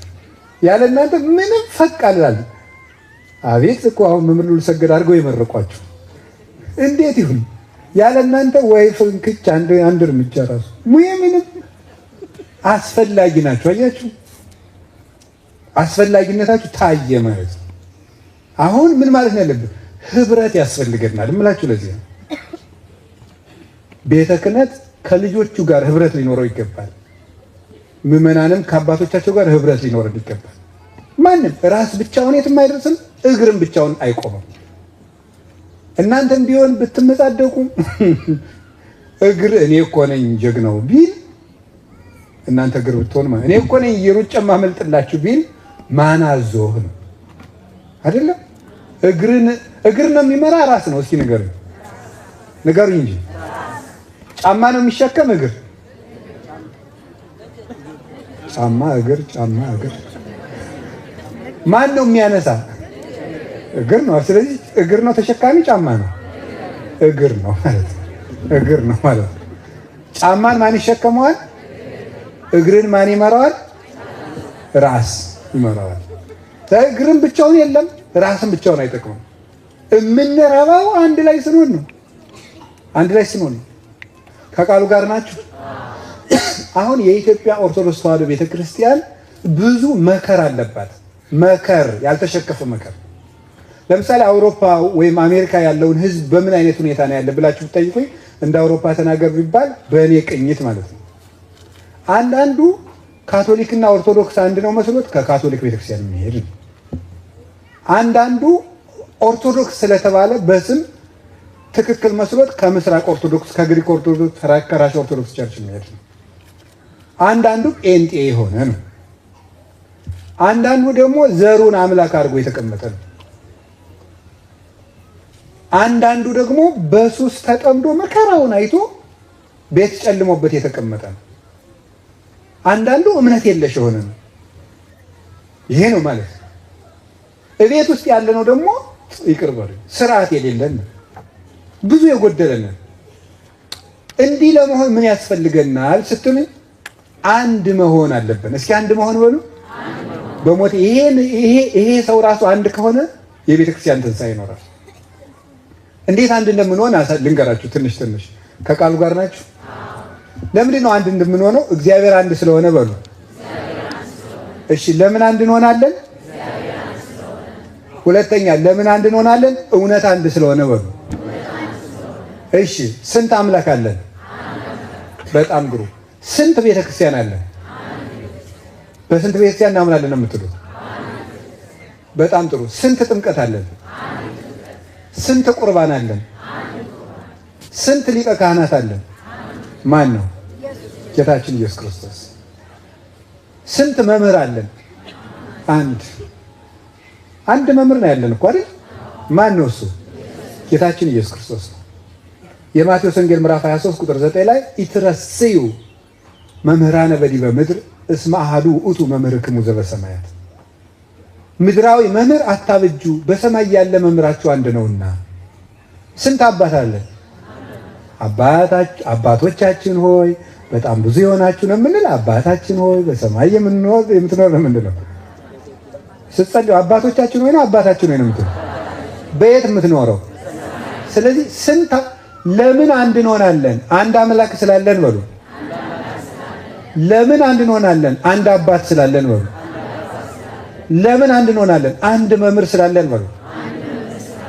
ለምን አንድ እንሆናለን? አንድ ሊቀ ካህናት ስላለን በሉ። አዎ ዘከመዝኬ ሊቀ ካህናት ይደልወነ ዘርሁቅ እምኃጢአት ወልዑል እምሰማያት ጻድቅ ወየዋህ። ቅዱስ ጳውሎስ ሲናገር ዕብራውያን ምዕራፍ 7 ከቁጥር 25 ጀምሮ እንዲህ ያለ ሊቀ ካህናት ይገባናል፣ ከኃጢአት የራቀ ከሰማያት በላይ ያለ በግርማው የተቀመጠ የገዛ ደሙን ይዞ አንድ ጊዜ የሰው እጅ ወዳልሰራት ድንኳን የገባ እንደ ቀድሞዎቹ ሊቃነ ካህናት ዕለት ዕለት መስዋዕት ማቅረብ የማያስፈልገው በገዛ ደሙ ጽኑ ፈውስን የሰጠ እንዲህ ያለ ሊቀ ካህናት ይገባናል አለ። ስለዚህ አሁን ቅዳሴ ስንገባ ምን አለን? ኢየሱስ ክርስቶስ ሊቀ ካህናትን በከመ ገነዙ ከዮሴፍ ወኒቆዲሞስ ወሰመርከሎሙ ከማሁ ሰመር ለነ ነው የሚለው ተራዳዩ ካህን። ሊቀ ካህናት ኢየሱስ ክርስቶስ ሆይ ዮሴፍና ኒቆዲሞስ ሲገንዙ ደስ ብሎ እንደተቀበልካቸው ቅዳሴያችን ተቀበለልን ነው። መጨረሻ ላይ ብፁዕ አባታችን ኑዛዜ ሲሰጡን ምን ብለው ነው ኑዛዜ የሚሰጡን? ይፍታሕ ይህድግ ያንጽሕ ወይቀድስ እግዚእነ ወአምላክነ ወመድኃኒነ ኢየሱስ ክርስቶስ ሊቀ ካህናት። ሊቀ ካህናት ጌታችን መድኃኒታችን ኢየሱስ ክርስቶስ ይቅር ይበላችሁ ነው የሚሉት። ፓትርያርኩም ቢሆን ስርየት ቢሰጡ በማን ሊቀ ካህናትነት ነው? በክርስቶስ ሊቀ ካህናትነት። ንጉሳችን ስንት ነው? ንገሩኝ እንጂ ትምህርት አለን። ስንት ትምህርት አለን? አቤት ስንት ቁርባን አለን? አንድ ቁርባን። ስለዚህ ቅዱስ ጳውሎስ ናል እንዘ ብዙኃን ነይነ እስመ አሐዱ አካል ነይነ እስመ እምአሐዱ ኅብስት ንነስእ። አንደኛ ቆሮንቶስ ምዕራፍ 10 ቁጥር 17 ላይ በጣም ብዙ ብንሆንም ሁላችን አንድ ነን፣ ስለምን አንዱን ኅብስት እንካፈላለንና ይላል። የሃይማኖት ነው የክርስቶስ ሥጋና ደም። ጌታችን መድኃኒታችን ኢየሱስ ክርስቶስ ራስ ነው። ራስ ኤፌሶን ምዕራፍ 1 ቁጥር 23 ላይ ዘውቱ ርእሳ ለቤተ ክርስቲያን ይላል። እሱ የቤተ ክርስቲያን ራስ ነው ይላል። የቤተ ክርስቲያን ራስ ነው። ምን ማለት ይመስላችኋል? የቤተ ክርስቲያን ራስ ነው ማለት እንተ ይእቲ ሥጋሁ እሷም አካሉ ናት ይላል። ራስ ነው ማለት ነው። ከራስ በወዲያ ቁመት የለም። ከክርስቶስ በላይ አምላክ የለም። ወንትሎ ለፍጹም መላክነ የእምነታችን ራስ ክርስቶስን እያየን እንሩጥ ይላል ቅዱስ ጳውሎስ ዕብራውያን ምዕራፍ 12 ላይ ሲናገር። ራስ የመጨረሻ ነው። ራስ አስተጋባኢ ነው። እስኪ አስተጋባኢ በሉ። ምን ማለት ነው አስተጋባኢ ማለት? አንድ አድራጊ ማለት ነው። አሁን አንድ ሰው እጁን ብትቆርጡት አይሞትም፣ እግሩን ብትቆርጡት አይሞትም፣ አፍንጫውን ብትቆርጡት አይሞትም፣ ጆሮውን ብትቆርጡት አይሞትም፣ አይኑን ብታወጡት አይሞትም፣ ጥርሱን ብታወረግፉት አይሞትም፣ አንገቱን ብትቆርጡት ይሞታል። ራሱ ነው ጉዳዩ። ራስ ከሌለ ህይወት የለም። ክርስቶስን አልባም ቤተክርስቲያን አንድ አትሆንም። የቤተክርስቲያን አንድነቷ ክርስቶስ ነው። ስለዚህ ቤተክርስቲያን ወደ አንድነት የምትመጣው ለምንድን ነው ሲባል ጌታችን ኢየሱስ ክርስቶስን ማዕከል አድርጋ ስታስብ ነው ማለት ነው። እውነት ነው። አምላኳም እሱ ነው፣ ሊቀ ካህናቷም እሱ ነው፣ መስዋዕቷም እሱ ነው፣ ንጉሷም እሱ ነው። ፈቃዱን ግን ማሰብ አለብን። እንደ ክርስቶስ ፈቃድ መኖር ማለት ነው። ወኩሉ ይሄን ለተካዘረሱ ሁሉ የየራሱን ያስባል ብሏል ቅዱስ ጳውሎስ። እንደዚያ ሳይሆን እንደ ክርስቶስ ማሰብ ስንጀምር እስካንተ ጥያቄ ልጠይቃችሁ። ቤተ ክርስቲያን የቆመችው የት ላይ ነው? መልሱ እስኪ። ቤተ ክርስቲያን የቆመችው የት ላይ ነው ብትባል ምን ትመልሳላችሁ? የማቴዎስ ወንጌል ምዕራፍ 16 ቁጥር 19 ላይ ያለ ቃል እንገራችሁ። አንተ ውእቱ ክርስቶስ ወልደ እግዚአብሔር ሕያው። እዚህ ላይ ነው የቆመችው። ቅዱስ ጴጥሮስን ጠየቀውና ማን ትሉኛላችሁ ሲላቸው ሐዋርያትን ቅዱስ ጴጥሮስን አለ አንተ የሕያው የእግዚአብሔር ልጅ ነህ አለው። የማን ልጅ ነህ? የሕያው የእግዚአብሔር ልጅ ክርስቶስ ነህ አለ። አንተ አለት ነህ፣ በአንተ አለትነት ላይ ቤተክርስቲያን እሰራታለሁ አለ። አለት ያለው ይሄንን የጴጥሮስን ቃል ነው። ቤተክርስቲያን የቆመችው የት ላይ ነው ብትባሉ የሕያው እግዚአብሔር ልጅ ክርስቶስ የሚል ላይ ነው የቆመችው። ክርስቶስ ማለት መሲህ ማለት ነው። ስጋ ብቻ ክርስቶስ አይባልም፣ መለኮት ብቻ ክርስቶስ አይባልም። እይደለወኒ እስምዮ ለቃለ እግዚአብሔር ክርስቶስ ዘይንበለ ትስብእት ወኢ ለትስብእት ዘይንበለ ቃል ይላል ቅዱስ ቄርሎስ። ቃልን ያለ ስጋ ስጋን ያለ ቃል ክርስቶስ አልለውም ይላል። ክርስቶስ ማለት የተዋሃደ ማለት ነው። በተዋህዶ የተገለጠ ስግው ቃል መሲህ ንጉሥ ማለት ነው። የሕያው እግዚአብሔር ልጅ ክርስቶስ የእግዚአብሔር ልጅ የሚለው አብን ያመጣል። አብ ልብ ያለ እስትንፋስ ስለሚኖር መንፈስ ቅዱስን ስለማይኖር መንፈስ ቅዱስን ያመጣል። ወልድ ደግሞ መሲህ ክርስቶስ ተብሎ ተጠርቷል። ስለዚህ ቤተ ክርስቲያን የቆመችው የት ላይ ነው ብትባሉ ክርስቶስ ላይ ነው የቆመችው። በክርስቶስ ደም፣ በክርስቶስ እምነት፣ በክርስቶስ ጥምቀት፣ በክርስቶስ ስጋ፣ በክርስቶስ ሕግ፣ በክርስቶስ ሕይወት ቤተክርስቲያን ቆማለች። ሁላችንም ወደዚያ መምጣት አለብን። የእምነታችን ራስ ጌታችን ኢየሱስ ክርስቶስ ነው። የእግዚአብሔር ቤተሰቦች አንድ የሚያደርገን እሱ ነው። ራስ አስተጋባኢ ነቢያትን፣ ሐዋርያትን፣ ሰማዕታትን፣ ጻድቃንን፣ መላእክትን፣ የሞቱትን፣ ያሉትን፣ የተሰወሩትን፣ የተገለጡትን አንድ የሚያደርጋቸው ራስ ክርስቶስ ነው። ራስ ሕይወት ነው። የቤተ ክርስቲያን ሕይወቷም ጌታችን ኢየሱስ ክርስቶስ ነው። ከቃሉ ጋር ናችሁ? እግዚአብሔር ከሁላችን ጋር ይሁን። ስለዚህ አንድ የምንሆነው በጌታችን በኢየሱስ ክርስቶስ ነው። በምንድን ነው የምንኖረው ሲባል በጥምቀት አንድ ነው። ልብሳችን አንድ ነው። ኩልክሙ ለተጠመቅሙ የተጠመቃችሁ ሁላችሁ ክርስቶስ አለበስክሙ ክርስቶስን ለብሳችሁታል ይላል ቅዱስ ጳውሎስ። ልብሳችን አንድ ነው። ቁርባናችን አንድ ነው። ራሳችን አንድ ነው። ርስታችንም አንድ ነው፣ መንግስተ ሰማያት። ስማችንም አንድ ነው፣ ክርስቲያን ይባላል። ሀገራችንም አንድ ነው፣ ሰማይ ነው። ምግባችንም አንድ ነው፣ ስጋ ወደሙ ይባላል። እናታችንም አንድ ናት፣ ቤተክርስቲያን ቅድስት ድንግል ማርያም ናት። አባታችንም አንድ ነው፣ እግዚአብሔር ነው። ይሄንን ነው ማሰብ። ከቃሉ ጋር ናችሁ? ከቃሉ ጋር ናችሁ? ርዕሳችን ምንድን ነው? አንድ መሆንን ስጠን። እስኪ በሉ ምን አላችሁኝ? እሺ አንድ እንድንሆን ምን ማድረግ አለብን? በምንድን ነው አንድ ምንሆን? አንደኛ በክርስቶስ በማመን። ይሄን አምናችኋል አይደል? አዎ አምናችኋል እንዴ? አዎ እውነቴን ነው፣ እየቀለድኩ አይደለም። በክርስቶስ ስም በመጠመቅ ተጠምቃችኋል አይደለም? በጣም ግሩ። አሁን ስጋው ደግሞ የማትቀበሉ ሲጃችሁን አውጡ። አውጡ፣ አትዋሹ። ምንም መቼም አትዋሹ። አው በደንብ አውጡት። እውነቴን ነው፣ አውጡ። ለእግዚአብሔር ነው የምታወጡ፣ ለእኔ አይደለም። አውጡ። በጣም ግሩ። እሺ አውርዱት። የእግዚአብሔር ቤተሰቦች አልፈርድባችሁም፣ እውነቴን ነው ማለት ነው። እንዲያበቃችሁ ነው እንጂ የምጸልየው ከቻልኩ እየፈረድኩባችሁ አይደለም። ግን አንድ ሀሳብ ልንገራችሁ። በዚህ ሀበነ ንህበር በዚያ ከመንፈስ ቅዱስ ወፈውሰነ በዝንቱ ጵርስፎራ። አንድ የምንሆነው አለ ሁላችን ብዙ ስንሆን አንድ ነን አለ። ለምን ሲባል አንድ እንጀራ እንካፈላለንና። አንደኛ ቆሮንቶስ ምዕራፍ 10 ቁጥር 13 የኢትዮጵያ ኦርቶዶክስ ተዋሕዶ ቤተክርስቲያን የመለያየት አውድማ የሆነችው ለምንድን ነው? ልጆቿ በቁርባን አንድ እየሆንን አይደለም ነው። የቆረበና ያልቆረበ ሆነን እንፋጃለን። እና የእግዚአብሔር ቤተሰቦች እኔ እውነቴን ልንገራችሁ፣ እባካችሁ ሥጋው ደሙ ተቀበሉ። አንድ የሚያደርገን የመድኃኔዓለም ደም ነው። አንድ ካልሆን ደግሞ እንጠፋለን። እኔ እውነቴን ልንገራችሁ፣ እንጠፋለን። ኢትዮጵያ ቅድስት ሀገር በፉከራ ቅድስት አትሆንም። የምትሆነው በስራችን ነው። ይሄው እኮ ፈረስ እያያችሁታል። እዚህ ቅርባ ቱርክ ሄዱና እዚህ አጋያ ሶፊያ ቅድስት ሶፊያ ቤተክርስቲያን ቱርክ ኢስታንቡል የቅዱስ ዮሐንስ አፈወርቅ መንበረ ጵጵስና ዛሬ መስጊድ ነው። ነገ አክሱምም ላሊበላም ይቀጥላል፣ ገዳማቱን ይቀጥላሉ። እዚህም እንደዛው ይሆናል። አንድ ካልሆን ማለት እየተበላላን የምትቀጥል ቤተክርስቲያን የለችም። አንድ እንድንሆን ደግሞ ሥጋው ደሙ ተቀበሉ። ኃጢአተኛ ነኝ ሱስ አለብኝ እንደዚህ ልትሉ ይችላላችሁ። ግን አንድ ነገር ልንገራችሁ፣ ጌታችን ኢየሱስ ክርስቶስ የሕይወት ውሃ ነው። እስቲ የሕይወት ውሃ በሉ። ውሃ የሚያስፈልገው ላደፈ ሰው ነው ለታጠበ ሰው ነው? ታዲያ እድፍ አለብኝ ካላችሁ ክርስቶስ የሚያስፈልጋችሁ ለእናንተ መቁረብ አለባችሁ። ጌታችን ኢየሱስ ክርስቶስ መድኃኒት ነው። እስኪ መድኃኒት ነው በሉ።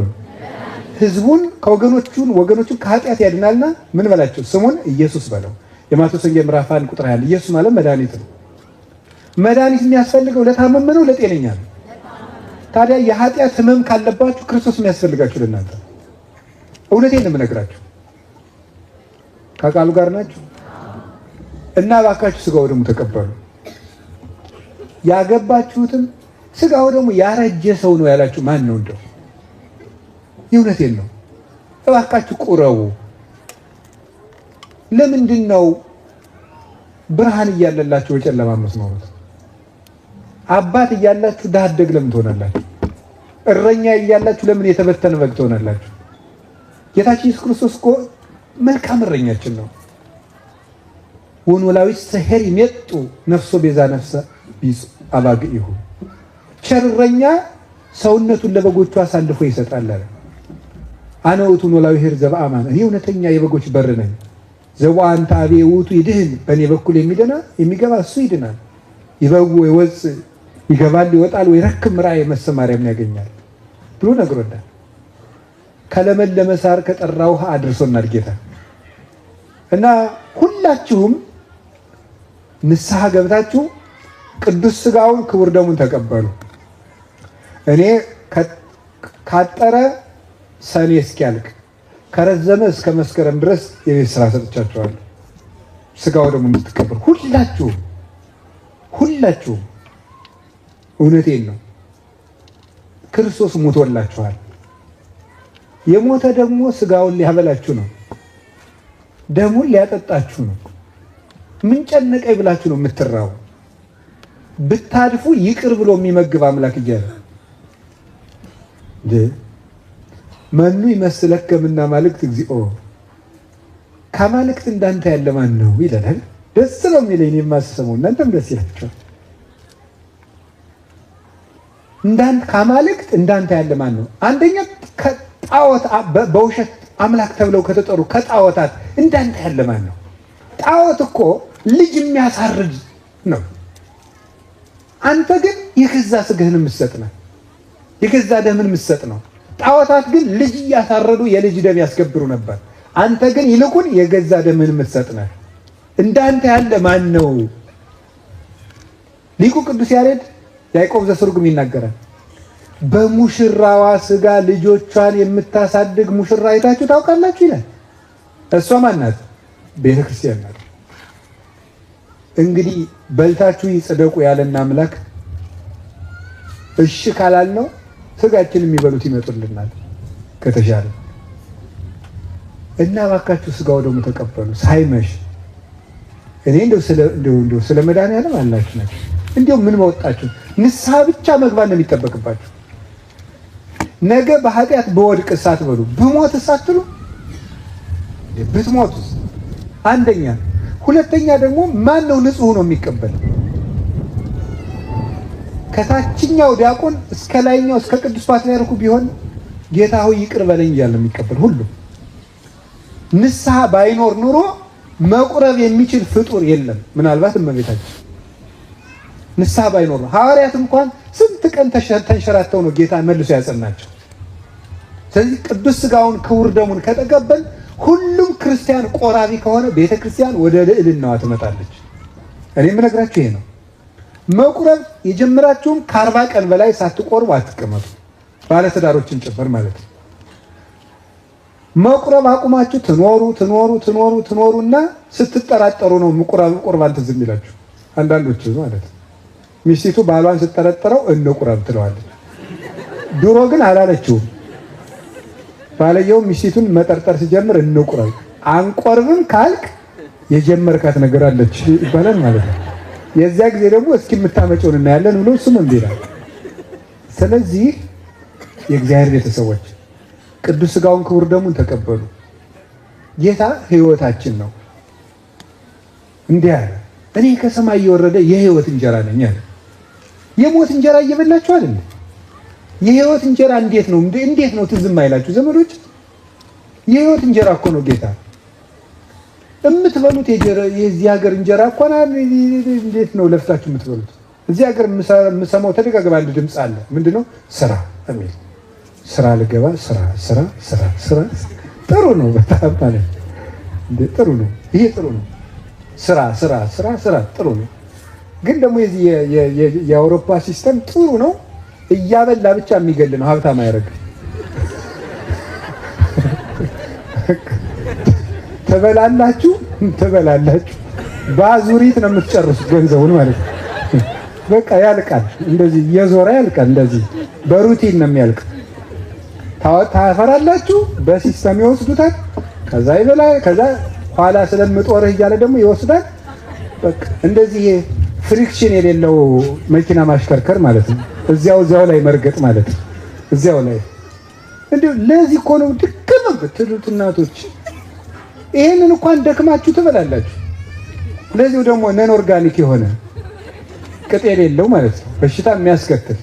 አሁን ይሄ ሁሉ እኮ አፕሉ ምናምን ሰው ይመስላል። እዚህ ተደርድሮ ሳየው ምንም ፎርጅድ ነው። ግን መቼስ እንደው ለመሰልበት መብላት ነው። አሁን ለዚህ 24 ሰዓት እንደምትሰሩ ታውቃላችሁ። ለዚህ እኮ ነው ማለት ትሰራላችሁ። ጌታ ምን አለ እንዴ? አሁን አትስሩ አይደለም ያልኩት እኔ፣ ግን ለዚህ የምትሰሩትን እንደው ቅዱስ ዮሐንስ አፈወርቅ ያለው እኮ ነው። እንደው ዕቃ የጠፋንን ያህል እንኳን እግዚአብሔርን ብንፈልገው ምን አለ?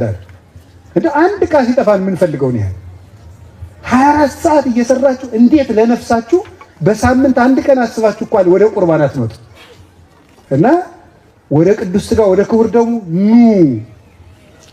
ሸክም የከበዳችሁ ኑ፣ እኔ ተሸክሜላችኋለሁ አለ። ምን ያርግ ነው የምትሉት?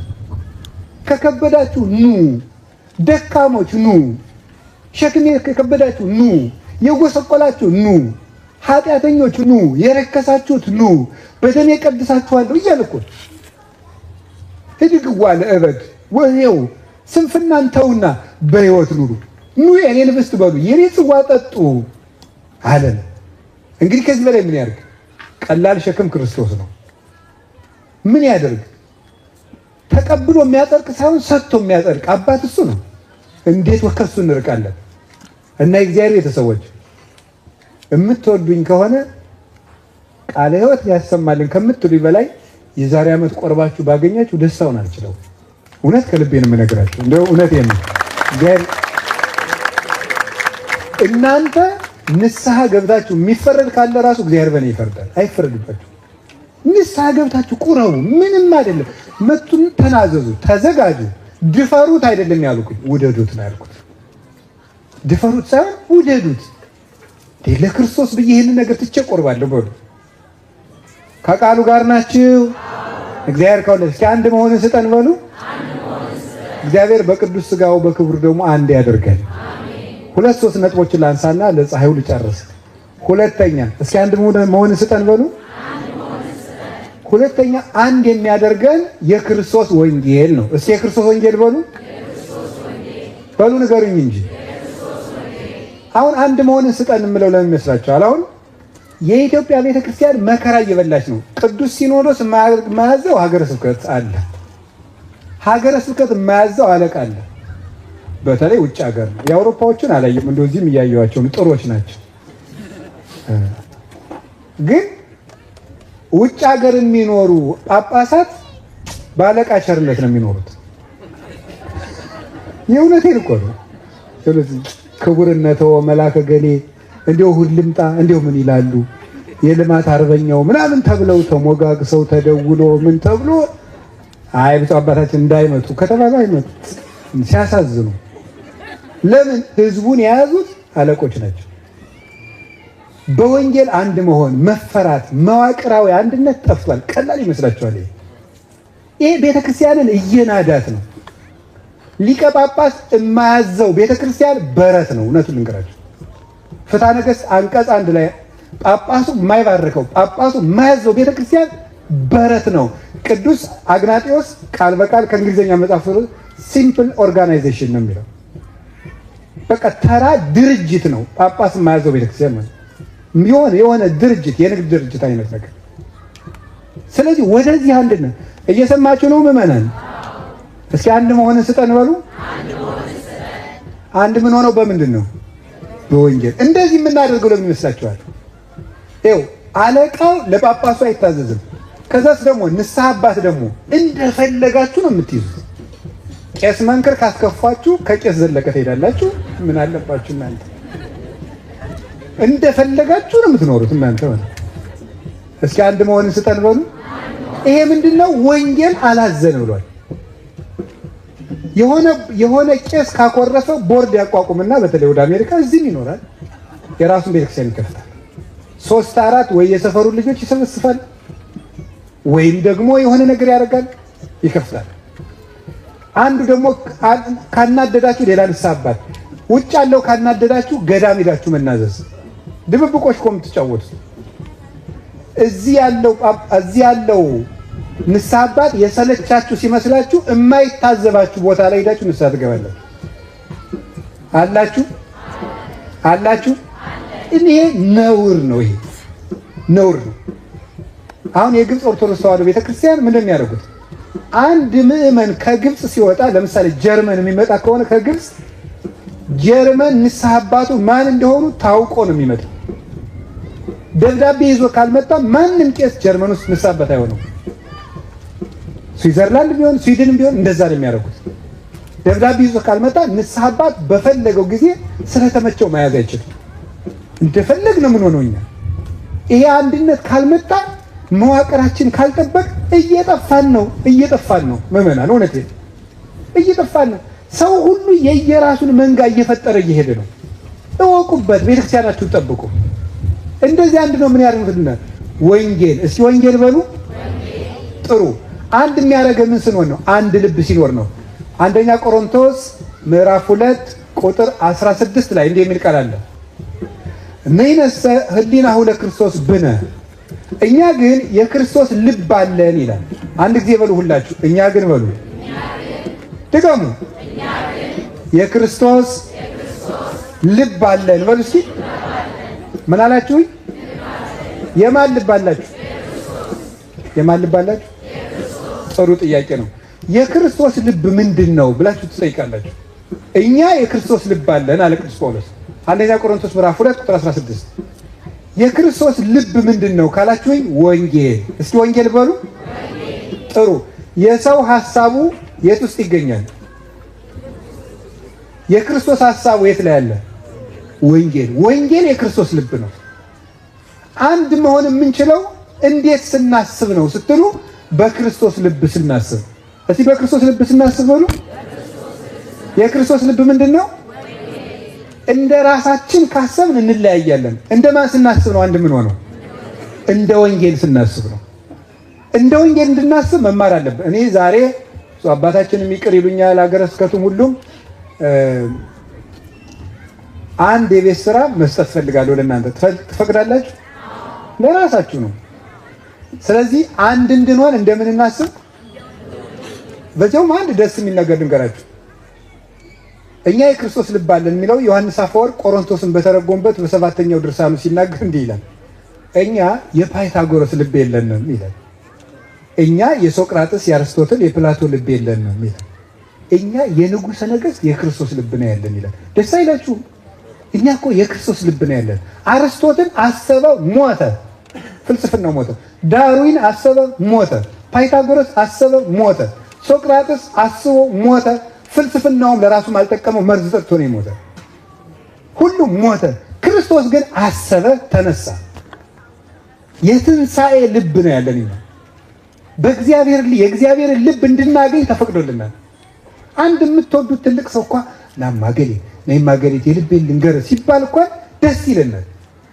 እኛ ማለት ክርስቶስ ልቡን የሰጠን ፍጡሮች ነን። እግዚአብሔር ልቡን የሰጠን። ስለዚህ አንድ እናደርግ አንድ ነገር ነው። የቤት ስራ ልስጣችሁ እምላችሁ ተስማማላችሁ? እሺ፣ የቤት ስራው ምንድን ነው? በየትኛውም ደብር በዚህ ሀገር በአውሮፓ የምትኖሩ በየደብሩ አንደኛ ካህናትን ደሞዝ እናንተ ብትቀጥሩና ስራ ቢያቆሙ ጥሩ ነው። የኔ ጥያቄ ነው። የኔ ጥያቄ ነው። የኔ ጥያቄ ነው።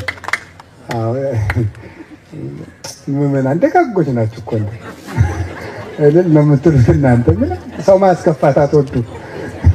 እሺ ቆይ ልነግራችሁ፣ እየሰማችሁ ነው? ጥሩ ነው። በደንብ ስሙኝ።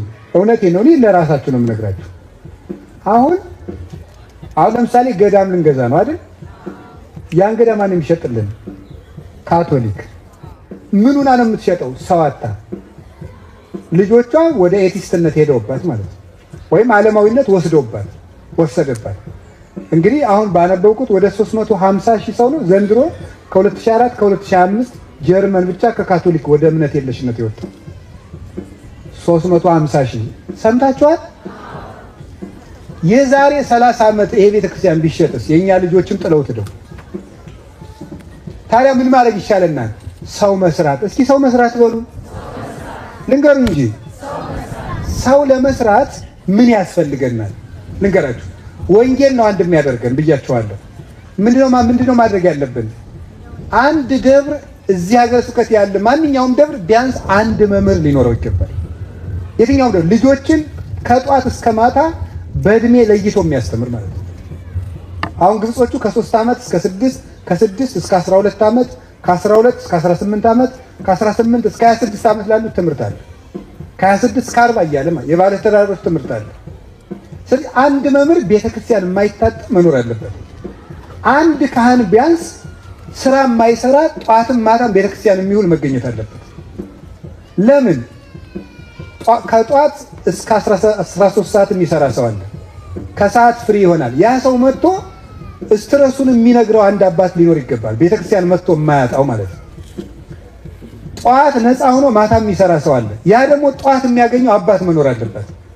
አንደኛ ሲጨንቃችሁ የምታማክሩት አባት እዚህ መኖር አለበት። መንፈሳዊ ምክር የሚሰጣችሁ፣ የሚያሳርፋችሁ፣ የሚሰማችሁ። ከቃሉ ጋር ናችሁ? ከቃሉ ጋር ናችሁ? እግዚአብሔር ከሁላችን ጋር ይሁን። ተስማምታችኋል? አልተስማማችሁም? እውነት?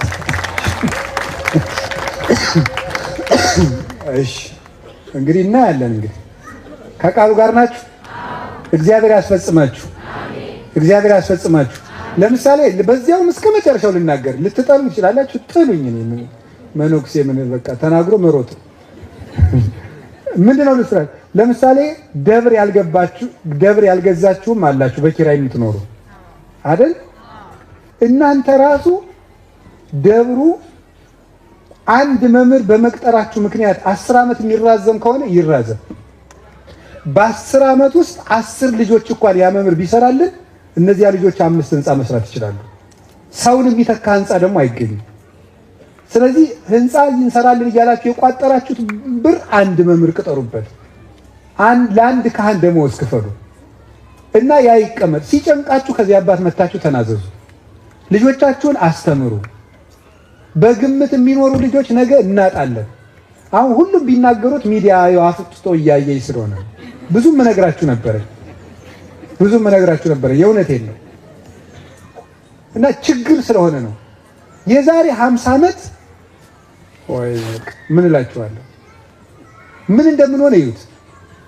ስለዚህ አንዳንድ መምህር በየደብሩ ይኑራችሁ፣ ለካህናት ደሞዝ እየከፈላችሁ አውጡ።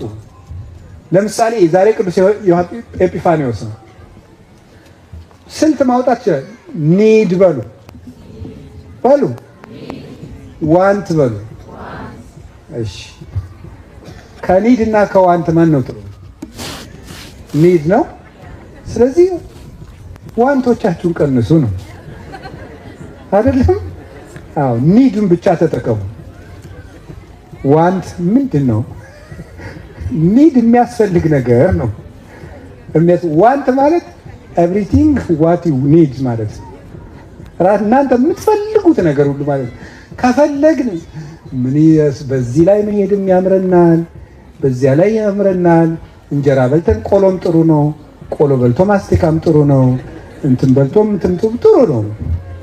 ግን እነዚህን ቀንሷቸውና ተውሰው ተኩ። እውነቴን ነው። ልጆቻችሁ ያመልጧቸዋል። አሁን ጾታ መቀየርን የኛ ልጆች እየጠየቁ ነው። አያሳፍርም? የኦርቶዶክሳውያን ልጆች ነው ጾታ መቀየርን እየጠየቁ ነው። ዛሬ ግብረ ሰዶማዊ መሆን እየፈለጉ ነው። ስትቸገሩ ገዳም ለገዳም ከመንከራተት አሁን ብትገሯቸው አይሻልም? ካመለጧችሁ ወዲያ በገዳም ጸበል ሱባኤ ማስያዝ ምን ታረጉ? ሲጨንቃችሁ ነው። ግን የሆኑትን እግዚአብሔር ይታደግልን። አሁን ግን ሳይሆኑ መምህር ቅጠሉና ስሩ። ወንጌል አንድነትን ያመጣል። እግዚአብሔር በወንጌል አንድ ያደርገን። እናንተም ተማሩ። በወንጌል አንድ ያደርገን። በወንጌል አንድ ያደርገን። ለምሳሌ ያውን እስከ መጨረሻው ብናገር አሁን እዚህ ሀገረ ስብከቱ 40 ቤተክርስቲያን አለ። 50 ሺህ ዩሮ ቢሰጡ ደብር ያልገዙት ጭምር ማለት ነው። 50 ሺህ ዩሮ ቢሰጡ 2 ሚሊዮን ብር 2 ሚሊዮን ዩሮ አይደል ነው? 4 ሚሊዮን ነው። 2 ሚሊዮን ነው። በቃ ገዛ ነው ማለት 50 ሺህ ዩሮ ብንገዛው፣ ከዛ ደግሞ ሀገረ ስብከቱ ደግሞ እነዚያን ደብሮች በተራ ቢገዛ እየደገፈ አሁን ይሄ ሲናገር ወይ ጉድ አርፋ አንተ ሰው ያገርክን ግባ የሚያስብል ነገር ነው የምናገረው አውቃለሁ። ግን ማለት የፈለኩት ማን እንደሆነ ልንገራችሁ። ከቃሉ ጋር ናችሁ። ለምሳሌ በየስፍራው ከመሮጥ ልንገራችሁ።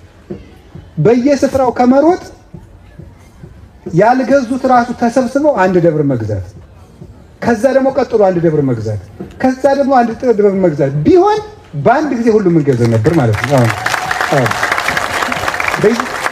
በየአቅጣጫው ከማደግደግ እዚያው ከመርገጥ ማለት ነው። እዚያው እኔ አዝኜ ነው የተናገርኩት።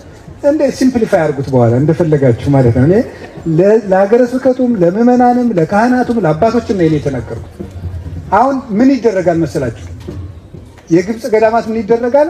አንድ ገዳም ከተቸገረ አስቄጥስ ወይም አንድ ገዳም በል አንተ ያን ገዳም አደራጅተህ የ10 ዓመት ቀለብ አሟልተህ አስረክበኝ ይለዋል ቅዱስ ሲኖዶስ። ያስረክባል። ወይም 5 ገዳማት እናንተ ይሄን ቤተክርስቲያን ስሩት ይባላል፣ ይሰራሉ። እዚህ አካባቢ ላለው ሰው ካቴድራል ያስፈልገዋል። 4 ገዳማት አንድ ላይ ሆናችሁ ሰርታችሁ ለዙ አስረክቡ፣ ያስረክባሉ። የኔ የሚባል ነገር የለም በኦርቶዶክስ። የኛ ነው ያለ፣ የእግዚአብሔር ነው ያለ። የኔ የሚል ነገር ፈጽሞ ካልጠፋ ቤተክርስቲያን ይኸውላችሁ። አሁን እኔን አንድ ሰው ግራ እጄን ቢስበኝ፣ አንድ ሰው ቀኝ እጄን ቢስበኝ ወዴት ነው የሚሄደው? እዚያው ላይ መቆም። በየቦታው ተወጥረን የትም ሳንደርስ እንቀራለን። ቁመን ነው የምንቀረው። አንድነት ማለት ይሄ ነው። ከቃሉ ጋር ናችሁ? ከቃሉ ጋር ናችሁ? እስኪ አንድ መሆንን ስጠን በሉ። ንገሩኝ እንጂ እግዚአብሔር አንድ መሆንን ይስጠን። የመጨረሻ ስለዚህ ወንጌል አነቡ።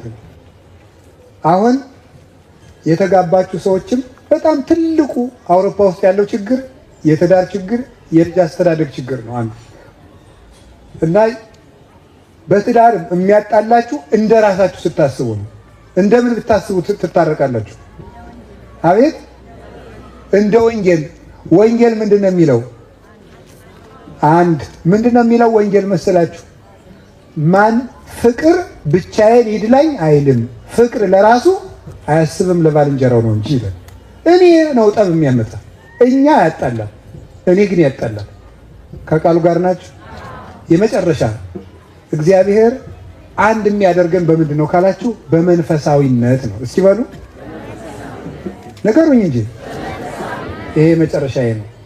በመንፈሳዊነት አንድ እንሆናለን። አሁን የኢትዮጵያ ቤተክርስቲያን ለምንድን ነው የምትለያይ ብላችሁ ቁጭ ብላችሁ ብታስቡ ቅድም መምህራችን አንድ መሆኑን ስለምንረሳ፣ አባታችን፣ ሊቀ ካህናታችን፣ እንጀራችን፣ ቤተክርስቲያናችን አንድ መሆኗን ስለምንረሳ እና ወንጌል ስለማንማር፣ ቀጥሎ ደግሞ ምንድን ነው የሚያለያየን ስትሉ መንፈሳዊነት ስለሚጎለን። እስኪ መንፈሳዊነት በሉ። ሀበነ ንህበር በዘዚአከ መንፈስ ቅዱስ፣ በመንፈስ ቅዱስ አንድ መሆንን ስጠን። ቅዳሴው የሚለው ይሄ ነው። እስኪ በሉ በመንፈስ ቅዱስ በሉ አንድ መሆንን ስጠን። አንድ ሀሳብ ልንገራችሁ። ቅዱስ ያዕቆብ ዘስሩግ ይቅር በሉኝ፣ ቅዱስ ኤፍሬም ነው። ቅዱስ ኤፍሬም ምን ብሎ ይናገራል? ነፍስ ስትወጣ ህዋሳት መለያየት ይጀምራሉ ይላል። ምን ስትወጣ? ነፍስ ስትወጣ እነማን ይለያያሉ? ህዋሳት ማለት ቀኝ እጄም ይረግፋል መቃብር ውስጥ፣ ግራ እጄም ይረግፋል፣ አይኔም ለብቻው ይሆናል፣ አካሌም ለብቻው ይሆናል፣ ሁሉ ይረግፋል፣ አጥንቴም ጥርሴም ይወላልቅ። ማን ስለወጣች? መንፈሴ ስለተለየች ማለት ነው። መንፈስ ቅዱስ ሲለይም ክርስቲያኖች ይለያያሉ ይላል። የክርስቲያኖች ነፍሳቸው ማን ስለሆነ ነው? መንፈስ ቅዱስ ህይወታችን። መንፈስ ቅዱስ ሲለየን ነው መለያየት የምንጀምረው። መንፈስ ቅዱስ እንዳይለየን ምንድነው ማድረግ ያለብን? መንፈሳውያን መሆን። እስኪ መንፈሳውያን መሆን በሉ። አይዟችሁ ጨርሻለሁ። መንፈሳውያን መሆን በመንፈስ ቅዱስ ነው አንድ የምንሆነው። መንፈሳዊነት እንዴት ነው ስትሉ የመጀመሪያው ከመንፈስ ቅዱስ ጋር መኖር ነው። በሉ አቤት። ከመንፈስ ቅዱስ ጋር መኖር። ከመንፈስ ቅዱስ ጋር መኖር አንደኛው ምን ማለት ነው ስትሉኝ፣ መንፈስ ቅዱስ የት እንዳለ አንድ ነገር ልጠቁማችሁ። የዮሐንስ ወንጌል ምዕራፍ 20 ላይ የምታገኙት ኃይለ ቃል ነው። ጌታ ሐዋርያት በዝግ ቤት ውስጥ ሳሉ በተዘጋ ቤት ገባና እንዲህ አላቸው፣ ንስኡ መንፈሰ ቅዱስ ለላ ደግሙ ኃጢአት የታደግሎሙ ወለላ ደግሙ ኃጢአት እየታደግሎሙ። መንፈስ ቅዱስን ተቀበሉ፣ ኃጢአታቸውን ይቅር ያላችኋቸውን ይቅር እላቸዋለሁ፣ ኃጢአታቸውን ይቅር ያላላችኋቸውን ይቅር አልልም።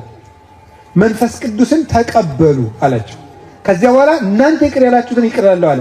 ታዲያ መንፈስ ቅዱስ የት ነው ያለ ካላችሁኝ፣ የት ነው ያለው? ከቅዱሳን ሐዋርያት ጋር፣ ያ ማለት ከካህናት ጋር። ለቄሶቹ ብዬ አይደለም የምሰብከው፣ እማምላክን ለራሳችሁ ብዬ ነው። ቄስማ ለቄሱማ ምን ሰብከዋለሁ? ቀድሞ ይዞታል።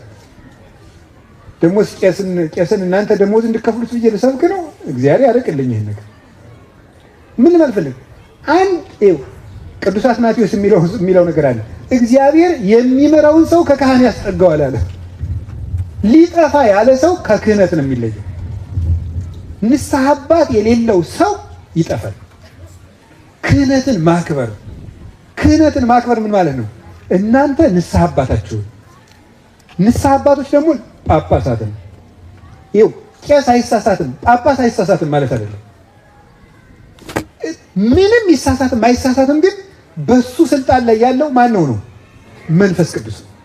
መንፈስ ቅዱስን ተቀበሉ አላቸው። ይቅር ያላችኋቸውን ይቅር እላለሁ። ያንን በእጅ መጫን ነው የሚሰጡት።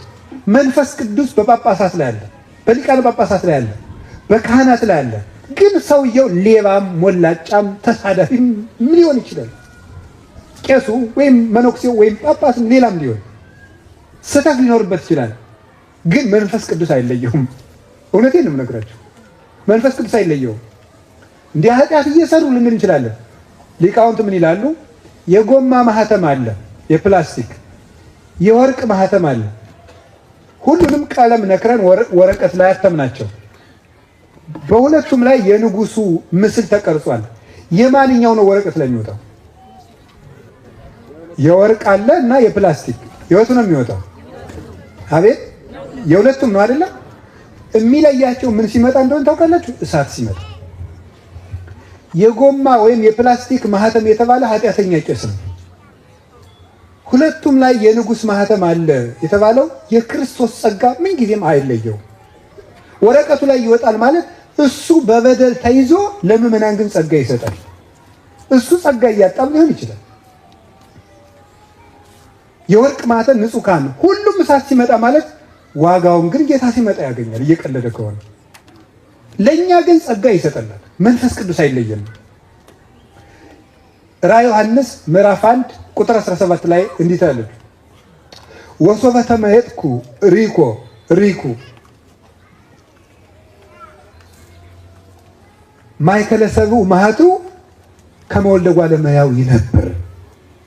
በጣም ደስ የሚለኝ ጥቅስ ነው። እኔ ራዕየ ዮሐንስ ምዕራፍ 1 ቁጥር 17 ሂዳችሁ እስኪ አንብቡት ማታ። ራዕየ ዮሐንስ ምዕራፍ 1 ቁጥር 17 ወደ ቀኝም ወደ ኋላ በተመለስኩ ጊዜ በወርቅ መቅረዝ መሃል የተቀመጠ የሰው ልጅ የሚመስል አየሁ ይላል። ወሰባቱ ከዋክብት ውስተ እዴሁ ዘየማን ውስተ እዴሁ ዘየማን ሰብኡ ከዋክብት፣ በቀኝ እጁም 7 ከዋክብት ተይዘው ነበረ ይላል። በምን መሃል ያለን አያችሁት? ደከማችሁ እናቴ። በወርቅ መቅረዝ መሃል። እስኪ በወርቅ መቅረዝ መሃል ብሎ ምን የሚመስል ነበረ? የሰው ልጅ የሚመስል ብሎ በእጁ ምን ይዞ ነበር? 7 ከዋክብት። አሁን እንዴ አትቀልዱ፣ ደግምና መያዛችሁን አረጋግጣለሁ። በምን መሃል ያለ ነው? በወርቅ መቅረዝ። ምን የሚመስል ነው? በእጁ ምን አለ? 7ቱ ከዋክብት ናቸው። እሺ ጥሩ። አሁን ያዙልኝ። የወርቅ መቅረዝ የተባለች ማን ናት? ቤተ ክርስቲያን። በወርቅ መቅረዝ መሃል የሰው ልጅ የሚመስል ነበር ማለት ቤተ ክርስቲያንን የሚመራት ማን ነው? ክርስቶስ ነው። ቤተ ክርስቲያንን የሚመራት ክርስቶስ ነው። ያ ማለት ማለት ነው በወርቅ መቅረዞች መሃል የሰው ልጅ የሚመስል አየሁ ማለት የሚሳሳቱ ቄሶችን የሚሳሳቱ ጳጳሳትን እያየ ቤተ ክርስቲያን ነውር ያለባት አይመስልህ። ቤተ ክርስቲያንን የሚመራት ራሱ ነው። እዚህ የምናየው ቄስ የለበሰው መነኩሴ አይደለም፣ የሚመራው ራሱ ነው። ልብ በሉ። ኃጢአተኛ ሊሆን ይችላል፣ ግን ኃጢአቱን የሚሸከመው ራሱ ነው። ወኩሉ ጾሮ ይጸውር ይላል ቅዱስ ጳውሎስ ገላትያ 6:19 ላይ። ሰው ሁሉ የየራሱን ሸክም ይሸከማል። ኃጢአት ተስቦ በሽታ አይደለም። ቄሱ ኃጢአተኛው ነው ስለቀደሰ ወደ እናንተ አይተላለፍም። ራሱ ይዞት ይቀራል። በረከቱን ታገኛላችሁ አላችሁ ዘመዶች። ስለዚህ ቤተክርስቲያንን የሚመራን ማን ነው? ምንድናት አለ? የወርቅ መቅረዝ። አያችሁ፣ ስርዓቷ ወርቅ ነው፣ ማህሌቷ ወርቅ ነው፣ ሰዓታቷ ወርቅ ነው፣ ቅዳሴዋ ወርቅ ነው፣ ቁርባኗ ወርቅ ነው፣ ትምህርቷ ወርቅ ነው፣ እምነቷ ወርቅ ነው፣ ጥምቀቷ ወርቅ ነው፣ ሁሉ ነገሯ ወርቅ ነው። ቄሱ ግን ፕላስቲክ ሊሆን ይችላል። የሚመራው ግን ክርስቶስ። ከዚያስ በቀኝ እጁ ምን ተይዟል? 7 ከዋክብት። እነዚያ 7ቱ ከዋክብት 7 የቤተ ክርስቲያን አለቆች ናቸው። ራዕየ ዮሐንስ ምዕራፍ 2 ላይ ይገልጽላቸዋል። እነዚህ አለቆች ደግሞ 7ቱም ስህተት ነበረባቸው። ስህተት እያለባቸው ግን ምንድን ነው ያላቸው? ከዋክብት። በማን እጅ የተያዙ ናቸው? ክርስቶስ ሳይጥላቸው ነው እኛ የምንጥላቸው አባቶቻችን። አሁንም ወድቀው ራሱ በማን እጅ ነው ያሉት? በክርስቶስ እጅ ነው። ምዕራፍ 2 ስትደርሱ ስህተታቸውን ይነግራቸዋል፣ ውድቀታቸውን። ግን ወድቀውም በእጁ ይዟቸዋል። ወድቀውም ግን ኮከብ ናቸው። ወድቀውም ኮከብ ነው የሚባል። በነገራችሁ ላይ ሲጣላ ሰው ስም የሚለውጥ ማለት ነው ሰው። እግዚአብሔር ግን ድሮ ንጹሕ ሰው ሳለች ወለተ ማርያም ማን ነበር የሚላት? ወለተ ማርያም። ኋላ ደግሞ በጣም ሌባ ሆነ ማን ነው የሚላት? ገብረ ስላሴ ድሮ ጥሩ ሰው ሳለ ማን ነው የሚለው? በጣም ደግሞ ሌባ ሲሆን ማን ነው የሚለው? ክርስቶስ። ገብረ ስላሴ። ስንበድል እንኳን ስማችን የማያነሳብን ማን ነው? በየስማችን የሚጠራን እሱ ነው። ስለዚህ እግዚአብሔር ቤተሰቦች መጨረሻ ላይ የምነግራችሁ ነገር መንፈሳዊነት ማለት ከክህነት ጋር አንድ መሆን ነው። የሚመራው መንፈስ ቅዱስ ነው። ሁለተኛው ከቤተ ክርስቲያን ጋር አንድ ሁኑ። ከቤተ ክርስቲያን ጋር ምንጊዜም ቤተ ክርስቲያን አስቀድሙ። ማስቀደስን ውደዱት። ማስቀደስ በፍጹም ልትቀሩ አይገባችሁ። ቤተ ክርስቲያን ከተከፈተ ለመግባት አትዘግዩ። ቅዱስ አግናጢዮስ እንዲህ ብሎ ይናገራል። መንፈስ ቅዱስ የት ነው ካልከኝ ቤተ ክርስቲያን ያቻትልህ ይላል። ምን ማለት ይመስላችኋል? መንፈስ ቅዱስ የት ነው ካልከኝ ቤተ ክርስቲያን ያቻትልህ ማለት ምን ማለት ነው? ቤተክርስቲያንን ካየ እዚያ ማን አለ ነው? መንፈስ ቅዱስ አለ። እዚህ መንፈስ ቅዱስ አለ። ሁሉ ነገር የሚፈጸመው በመንፈስ ቅዱስ ነው። ቤተክርስቲያን ባለችበት ሁሉ መንፈስ ቅዱስ ነው። በዚያው ማን ነገር እንገራችሁ፣ ይሄ አውሮፓ ያጋንንት ሀገር የ666 ሀገር ምናምን አትበሉ። ለሰይጣን ሀገር አትስጡት። እሺ ቤተክርስቲያን ባለችበት ማን አለ? መንፈስ ቅዱስ አለ። መንፈስ ቅዱስ አይለያችሁም። ኢትዮጵያ ነው እንጂ እዚህ ሰይጣን ሀገር አትበሉ። እዚህም መንፈስ ቅዱስ አለ። ለእግዚአብሔር ምድር በምላ ዓለምኒ ወኩሎሙ ለይነብሩ ውስቴታ፣ ምድርና ሞላዋ የእግዚአብሔር ናት። መዝሙር 23 ቁጥር 1 ላይ የሰይጣን ነው ካላችሁ የሰይጣን ይሆናል። ስለዚህ ከቤተ ክርስቲያን አትቅሩ፣ ገብታችሁ አስቀድሱ፣ አትፍሩ። ኃጢአተኛ ነኝ፣ ሱስ አለብኝ፣ ሰዎች ይስቁብኛል፣ ስሰግድ የጠፋኝ እንደሆነ መውጫ መግቢያው ይጠፋኛል፣ ሰዎች ይሳለቁብኛል፣ አልገባም፣ እንደዚህ የሚሉትን ማጽናኗቸው። ቅዱስ ዮሐንስ አፈወርቅ ይላል ቤተ ክርስቲያን ሐኪም ቤት ናት እንጂ ፍርድ ቤት አይደለችም ይላል። ቤተ ክርስቲያን ምንድን ናት? ሐኪም ቤት ናት፣ ፍርድ ቤት አይደለችም። ማንም አይፈርድባችሁም፣ የአባታችሁ ቤት ነው። መታችሁ እዚሁ ብታርፉ ታጥባችሁ፣ ብትደክሙ በርትታችሁ፣ ብትራቡ ጠግባችሁ፣ ብትታመሙ ተፈውሳችሁ፣ ብትታወቁ ሰላም ክርስቶስን ይዛችሁ ትሄዳላችሁ። ቤተ ክርስቲያን የመንፈስ ቅዱስ ሀገር ነው። ምንድነው? የሐዋርያት ሥራ ላይ ምንድነው የሚለው? መንፈስ ቅዱስም ይላል ሐዋርያት ያሉበትን ቤት ሞላው። እስኪ በሉ በሞት ይበሉ፣ መንፈስ ቅዱስ በሉ። ሐዋርያት ያሉበትን ቤት ምን አለው? ሞላው። እነማን ያሉበትን ቤት? እነማን ያሉበትን ቤት? ድገሙ። እነማን ያሉበትን ቤት? መንፈስ ቅዱስ የሚሞላው ማን ያለበትን ቤት ነው? በጣም ግሩም። እዚህ ቤት ውስጥ የሐዋርያት ትምህርት አለ። የማን ትምህርት? የሐዋርያት ክህነት አለ። የማን ክህነት? የማን ቁርባን አለ? የማን ስርዓት አለ? ሐዋርያት ባሉበት ማን አለ? መንፈስ ቅዱስ አለ። መንፈስ ቅዱስ የትም አለ። እውነቴን ነው። የሆነ ገዳም ስትሄዱ ብቻ እሰይ መንፈስ ያለበት ገዳም እንደው እሰይ እንላለን። አይምሯችሁ ነው እንጂ እዚህም መንፈስ ቅዱስ አለ። በድንኳን የሚቀደስበትም መንፈስ ቅዱስ አለ። ገዳም ትልልቅ ገዳማት ይቻላል፣ እዚህም መንፈስ ቅዱስ አለ። ስለዚህ መንፈሳዊ መሆን ማለት ከመንፈስ ቅዱስ ጋር መኖር ነው። ከቃሉ ጋር ናችሁ። የመጨረሻ መንፈሳዊ ማለት ሁለት ብቻ ናት የቀረኝ። አንደኛው ተስፋን ሰማያዊ ማድረግ ነው። እስኪ በሉ ንገሩኝ እንጂ ይሄ ምን ይባላል? አቤት መንፈሳዊነት ይባላል። ተስፋን ምን ማድረግ? አሁን ብዙ ጊዜ ከቤተ ክርስቲያን የሚለያችሁ ምድራዊ ተስፋችሁ አልሟላላችሁ ስለሚል ጠይቃችሁ በተቃራኒ ይገጥማችኋል። ለምሳሌ ዛሬ 3000 ዩሮ የሰጣለ 5000፣ 2000፣ 1500፣ 1000 ሰጣችሁ። የዛሬ ሳምንት እግራችሁ ቢሰበርስ ምን የሆነ ሰውዬ ነው አባ? እሺ ምን የሆንኩ ሰው ነኝ እኔ? ምን አረኩ? መድኃኒዓለም ቤት ግን በሰጠው አትሉም ትላላችሁ። ስለዚህ እንዴ የዚህን ስጦታችሁን ዋጋ በምድር አትጠብቁት።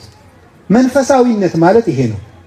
የሚታየውን ተስፋ ማድረግ ተስፋ አይደለም ብሏል ቅዱስ ጳውሎስ ሮሜ ምዕራፍ 5 ላይ ሲናገር ወዘሰ ያስተርኢ ኢኮነ ተስፋ።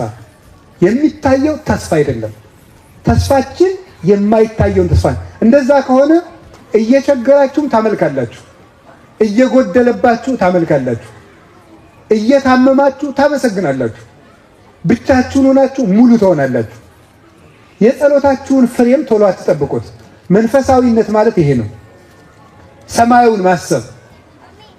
አይሁድም ከጌታ ጋር የተጣሉት መሰረታዊ ጉዳይ ምንድነው? ለምድር ተስፋ ሲጠብቁት ሳያሳካላቸው ስለቀረ ነው። የ21ኛው ክፍለ ዘመን ልጅም እግዚአብሔር ካላ ለምንድነው ታዲያ ሲያመኝ የት ሄዶ ነው? ሲርበኝ የት ሄዶ ነው? ሲጠማኝ የት ሄዶ ነው? ኩላሊቴ ፌል ሲያደርግ የት ሄዶ ነው? እንዲህ ሲገጥመኝ የት ሄዶ ነው? ልጄ እንዲህ ሲሆን የት ሄዶ ነው እያለ ይጠይቃል። እኛ ክርስቶስን የተከተልነው ለመንግስተ ሰማያት ነው እንጂ ለእጃችን፣ ለእግራችን፣ ለጣታችን ቀለበት፣ ለእግራችን ጫማ አይደለም። ብናጣም ልንከተለው ነው። ቅዱስ ጳውሎስ አንደኛ ቆሮንቶስ ምዕራፍ 15 ቁጥር 20 ላይ ሲናገር ክርስቶስን ለዚች ምድራዊ ሕይወት ብቻ ተስፋ የምናደርገው ከሆነ ከሰው የባስን ምስኪኖች እኛ ነን ይላል። ክርስቶስን ለዚች ምድራዊ ሕይወት ብቻ ተስፋ የምናደርገው ከሆነ ከሰው የባሰ ድሃ ማለት ሃይማኖቱን ለምድራዊ ጥያቄ መልስ የሚጠቀምበትና ሲያጣጥለው የሚኮበልል ነው።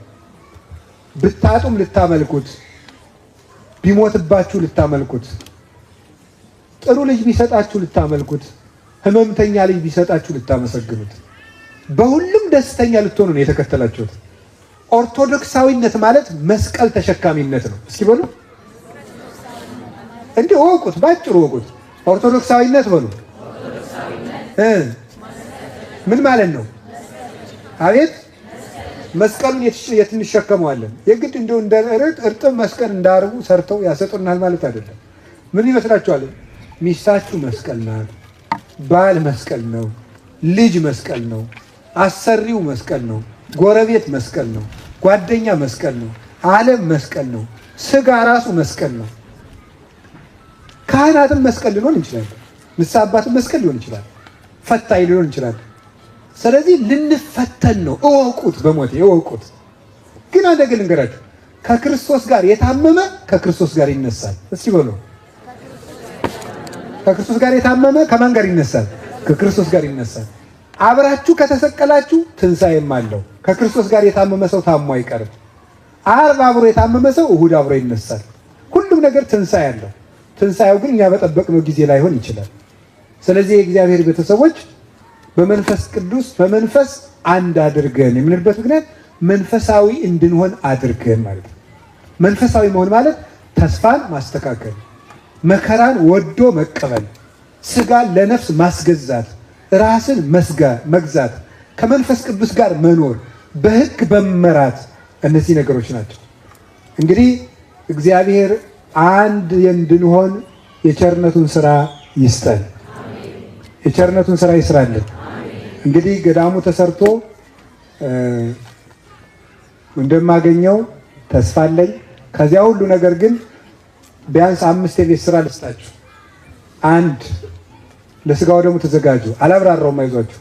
2 እንዳትረሱት፣ ንስሐ አባት የሌላችሁ ንስሐ ያዙ። 2 3 ጸሎት አታቋርጡ። ሳትጸልዩ በፍጹም በቤታችሁ እንዳትወጡ። 3 4ኛ በቀን አንድ ምዕራፍ መጽሐፍ ቅዱስ አንብቡ። 4ኛ 5ኛ ቤተ ክርስቲያን አትቅሩ። ያዛችኋቸው? እስኪ ንገሩኝ። አንዴ ልድገመው። እሺ እንዳትረሱ ይሄንን ማለት ነው። እስኪ አንድ ጥያቄ ልጠይቃችሁ።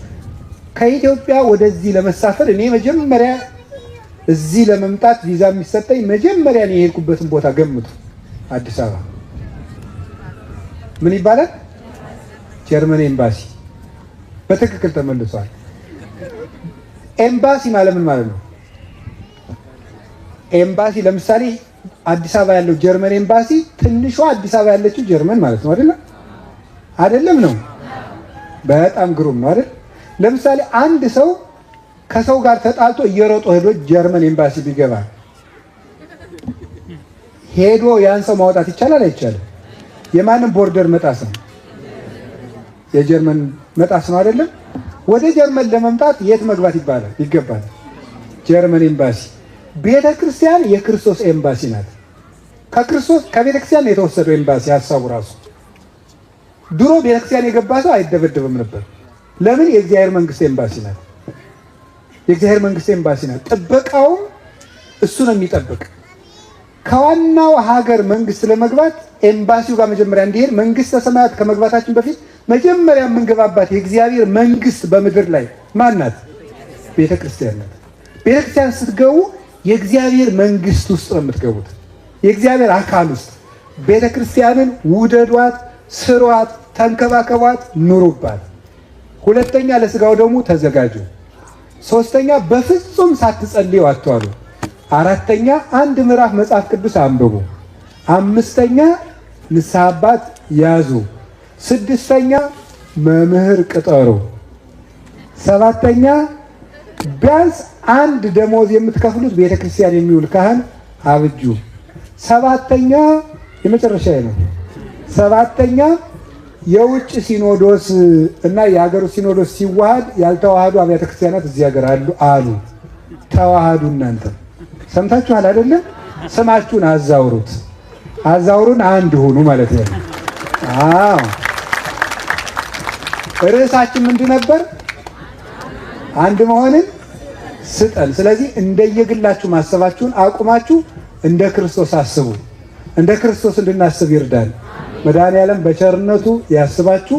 በቸር የገሰጽኳችሁ እላፊ የተናገርኳችሁ ካለ በጌታችን በኢየሱስ ክርስቶስ ፍቅር እንደምወዳችሁ እግዚአብሔር ያውቃል። ወስብሐት ለእግዚአብሔር። ይቆየን።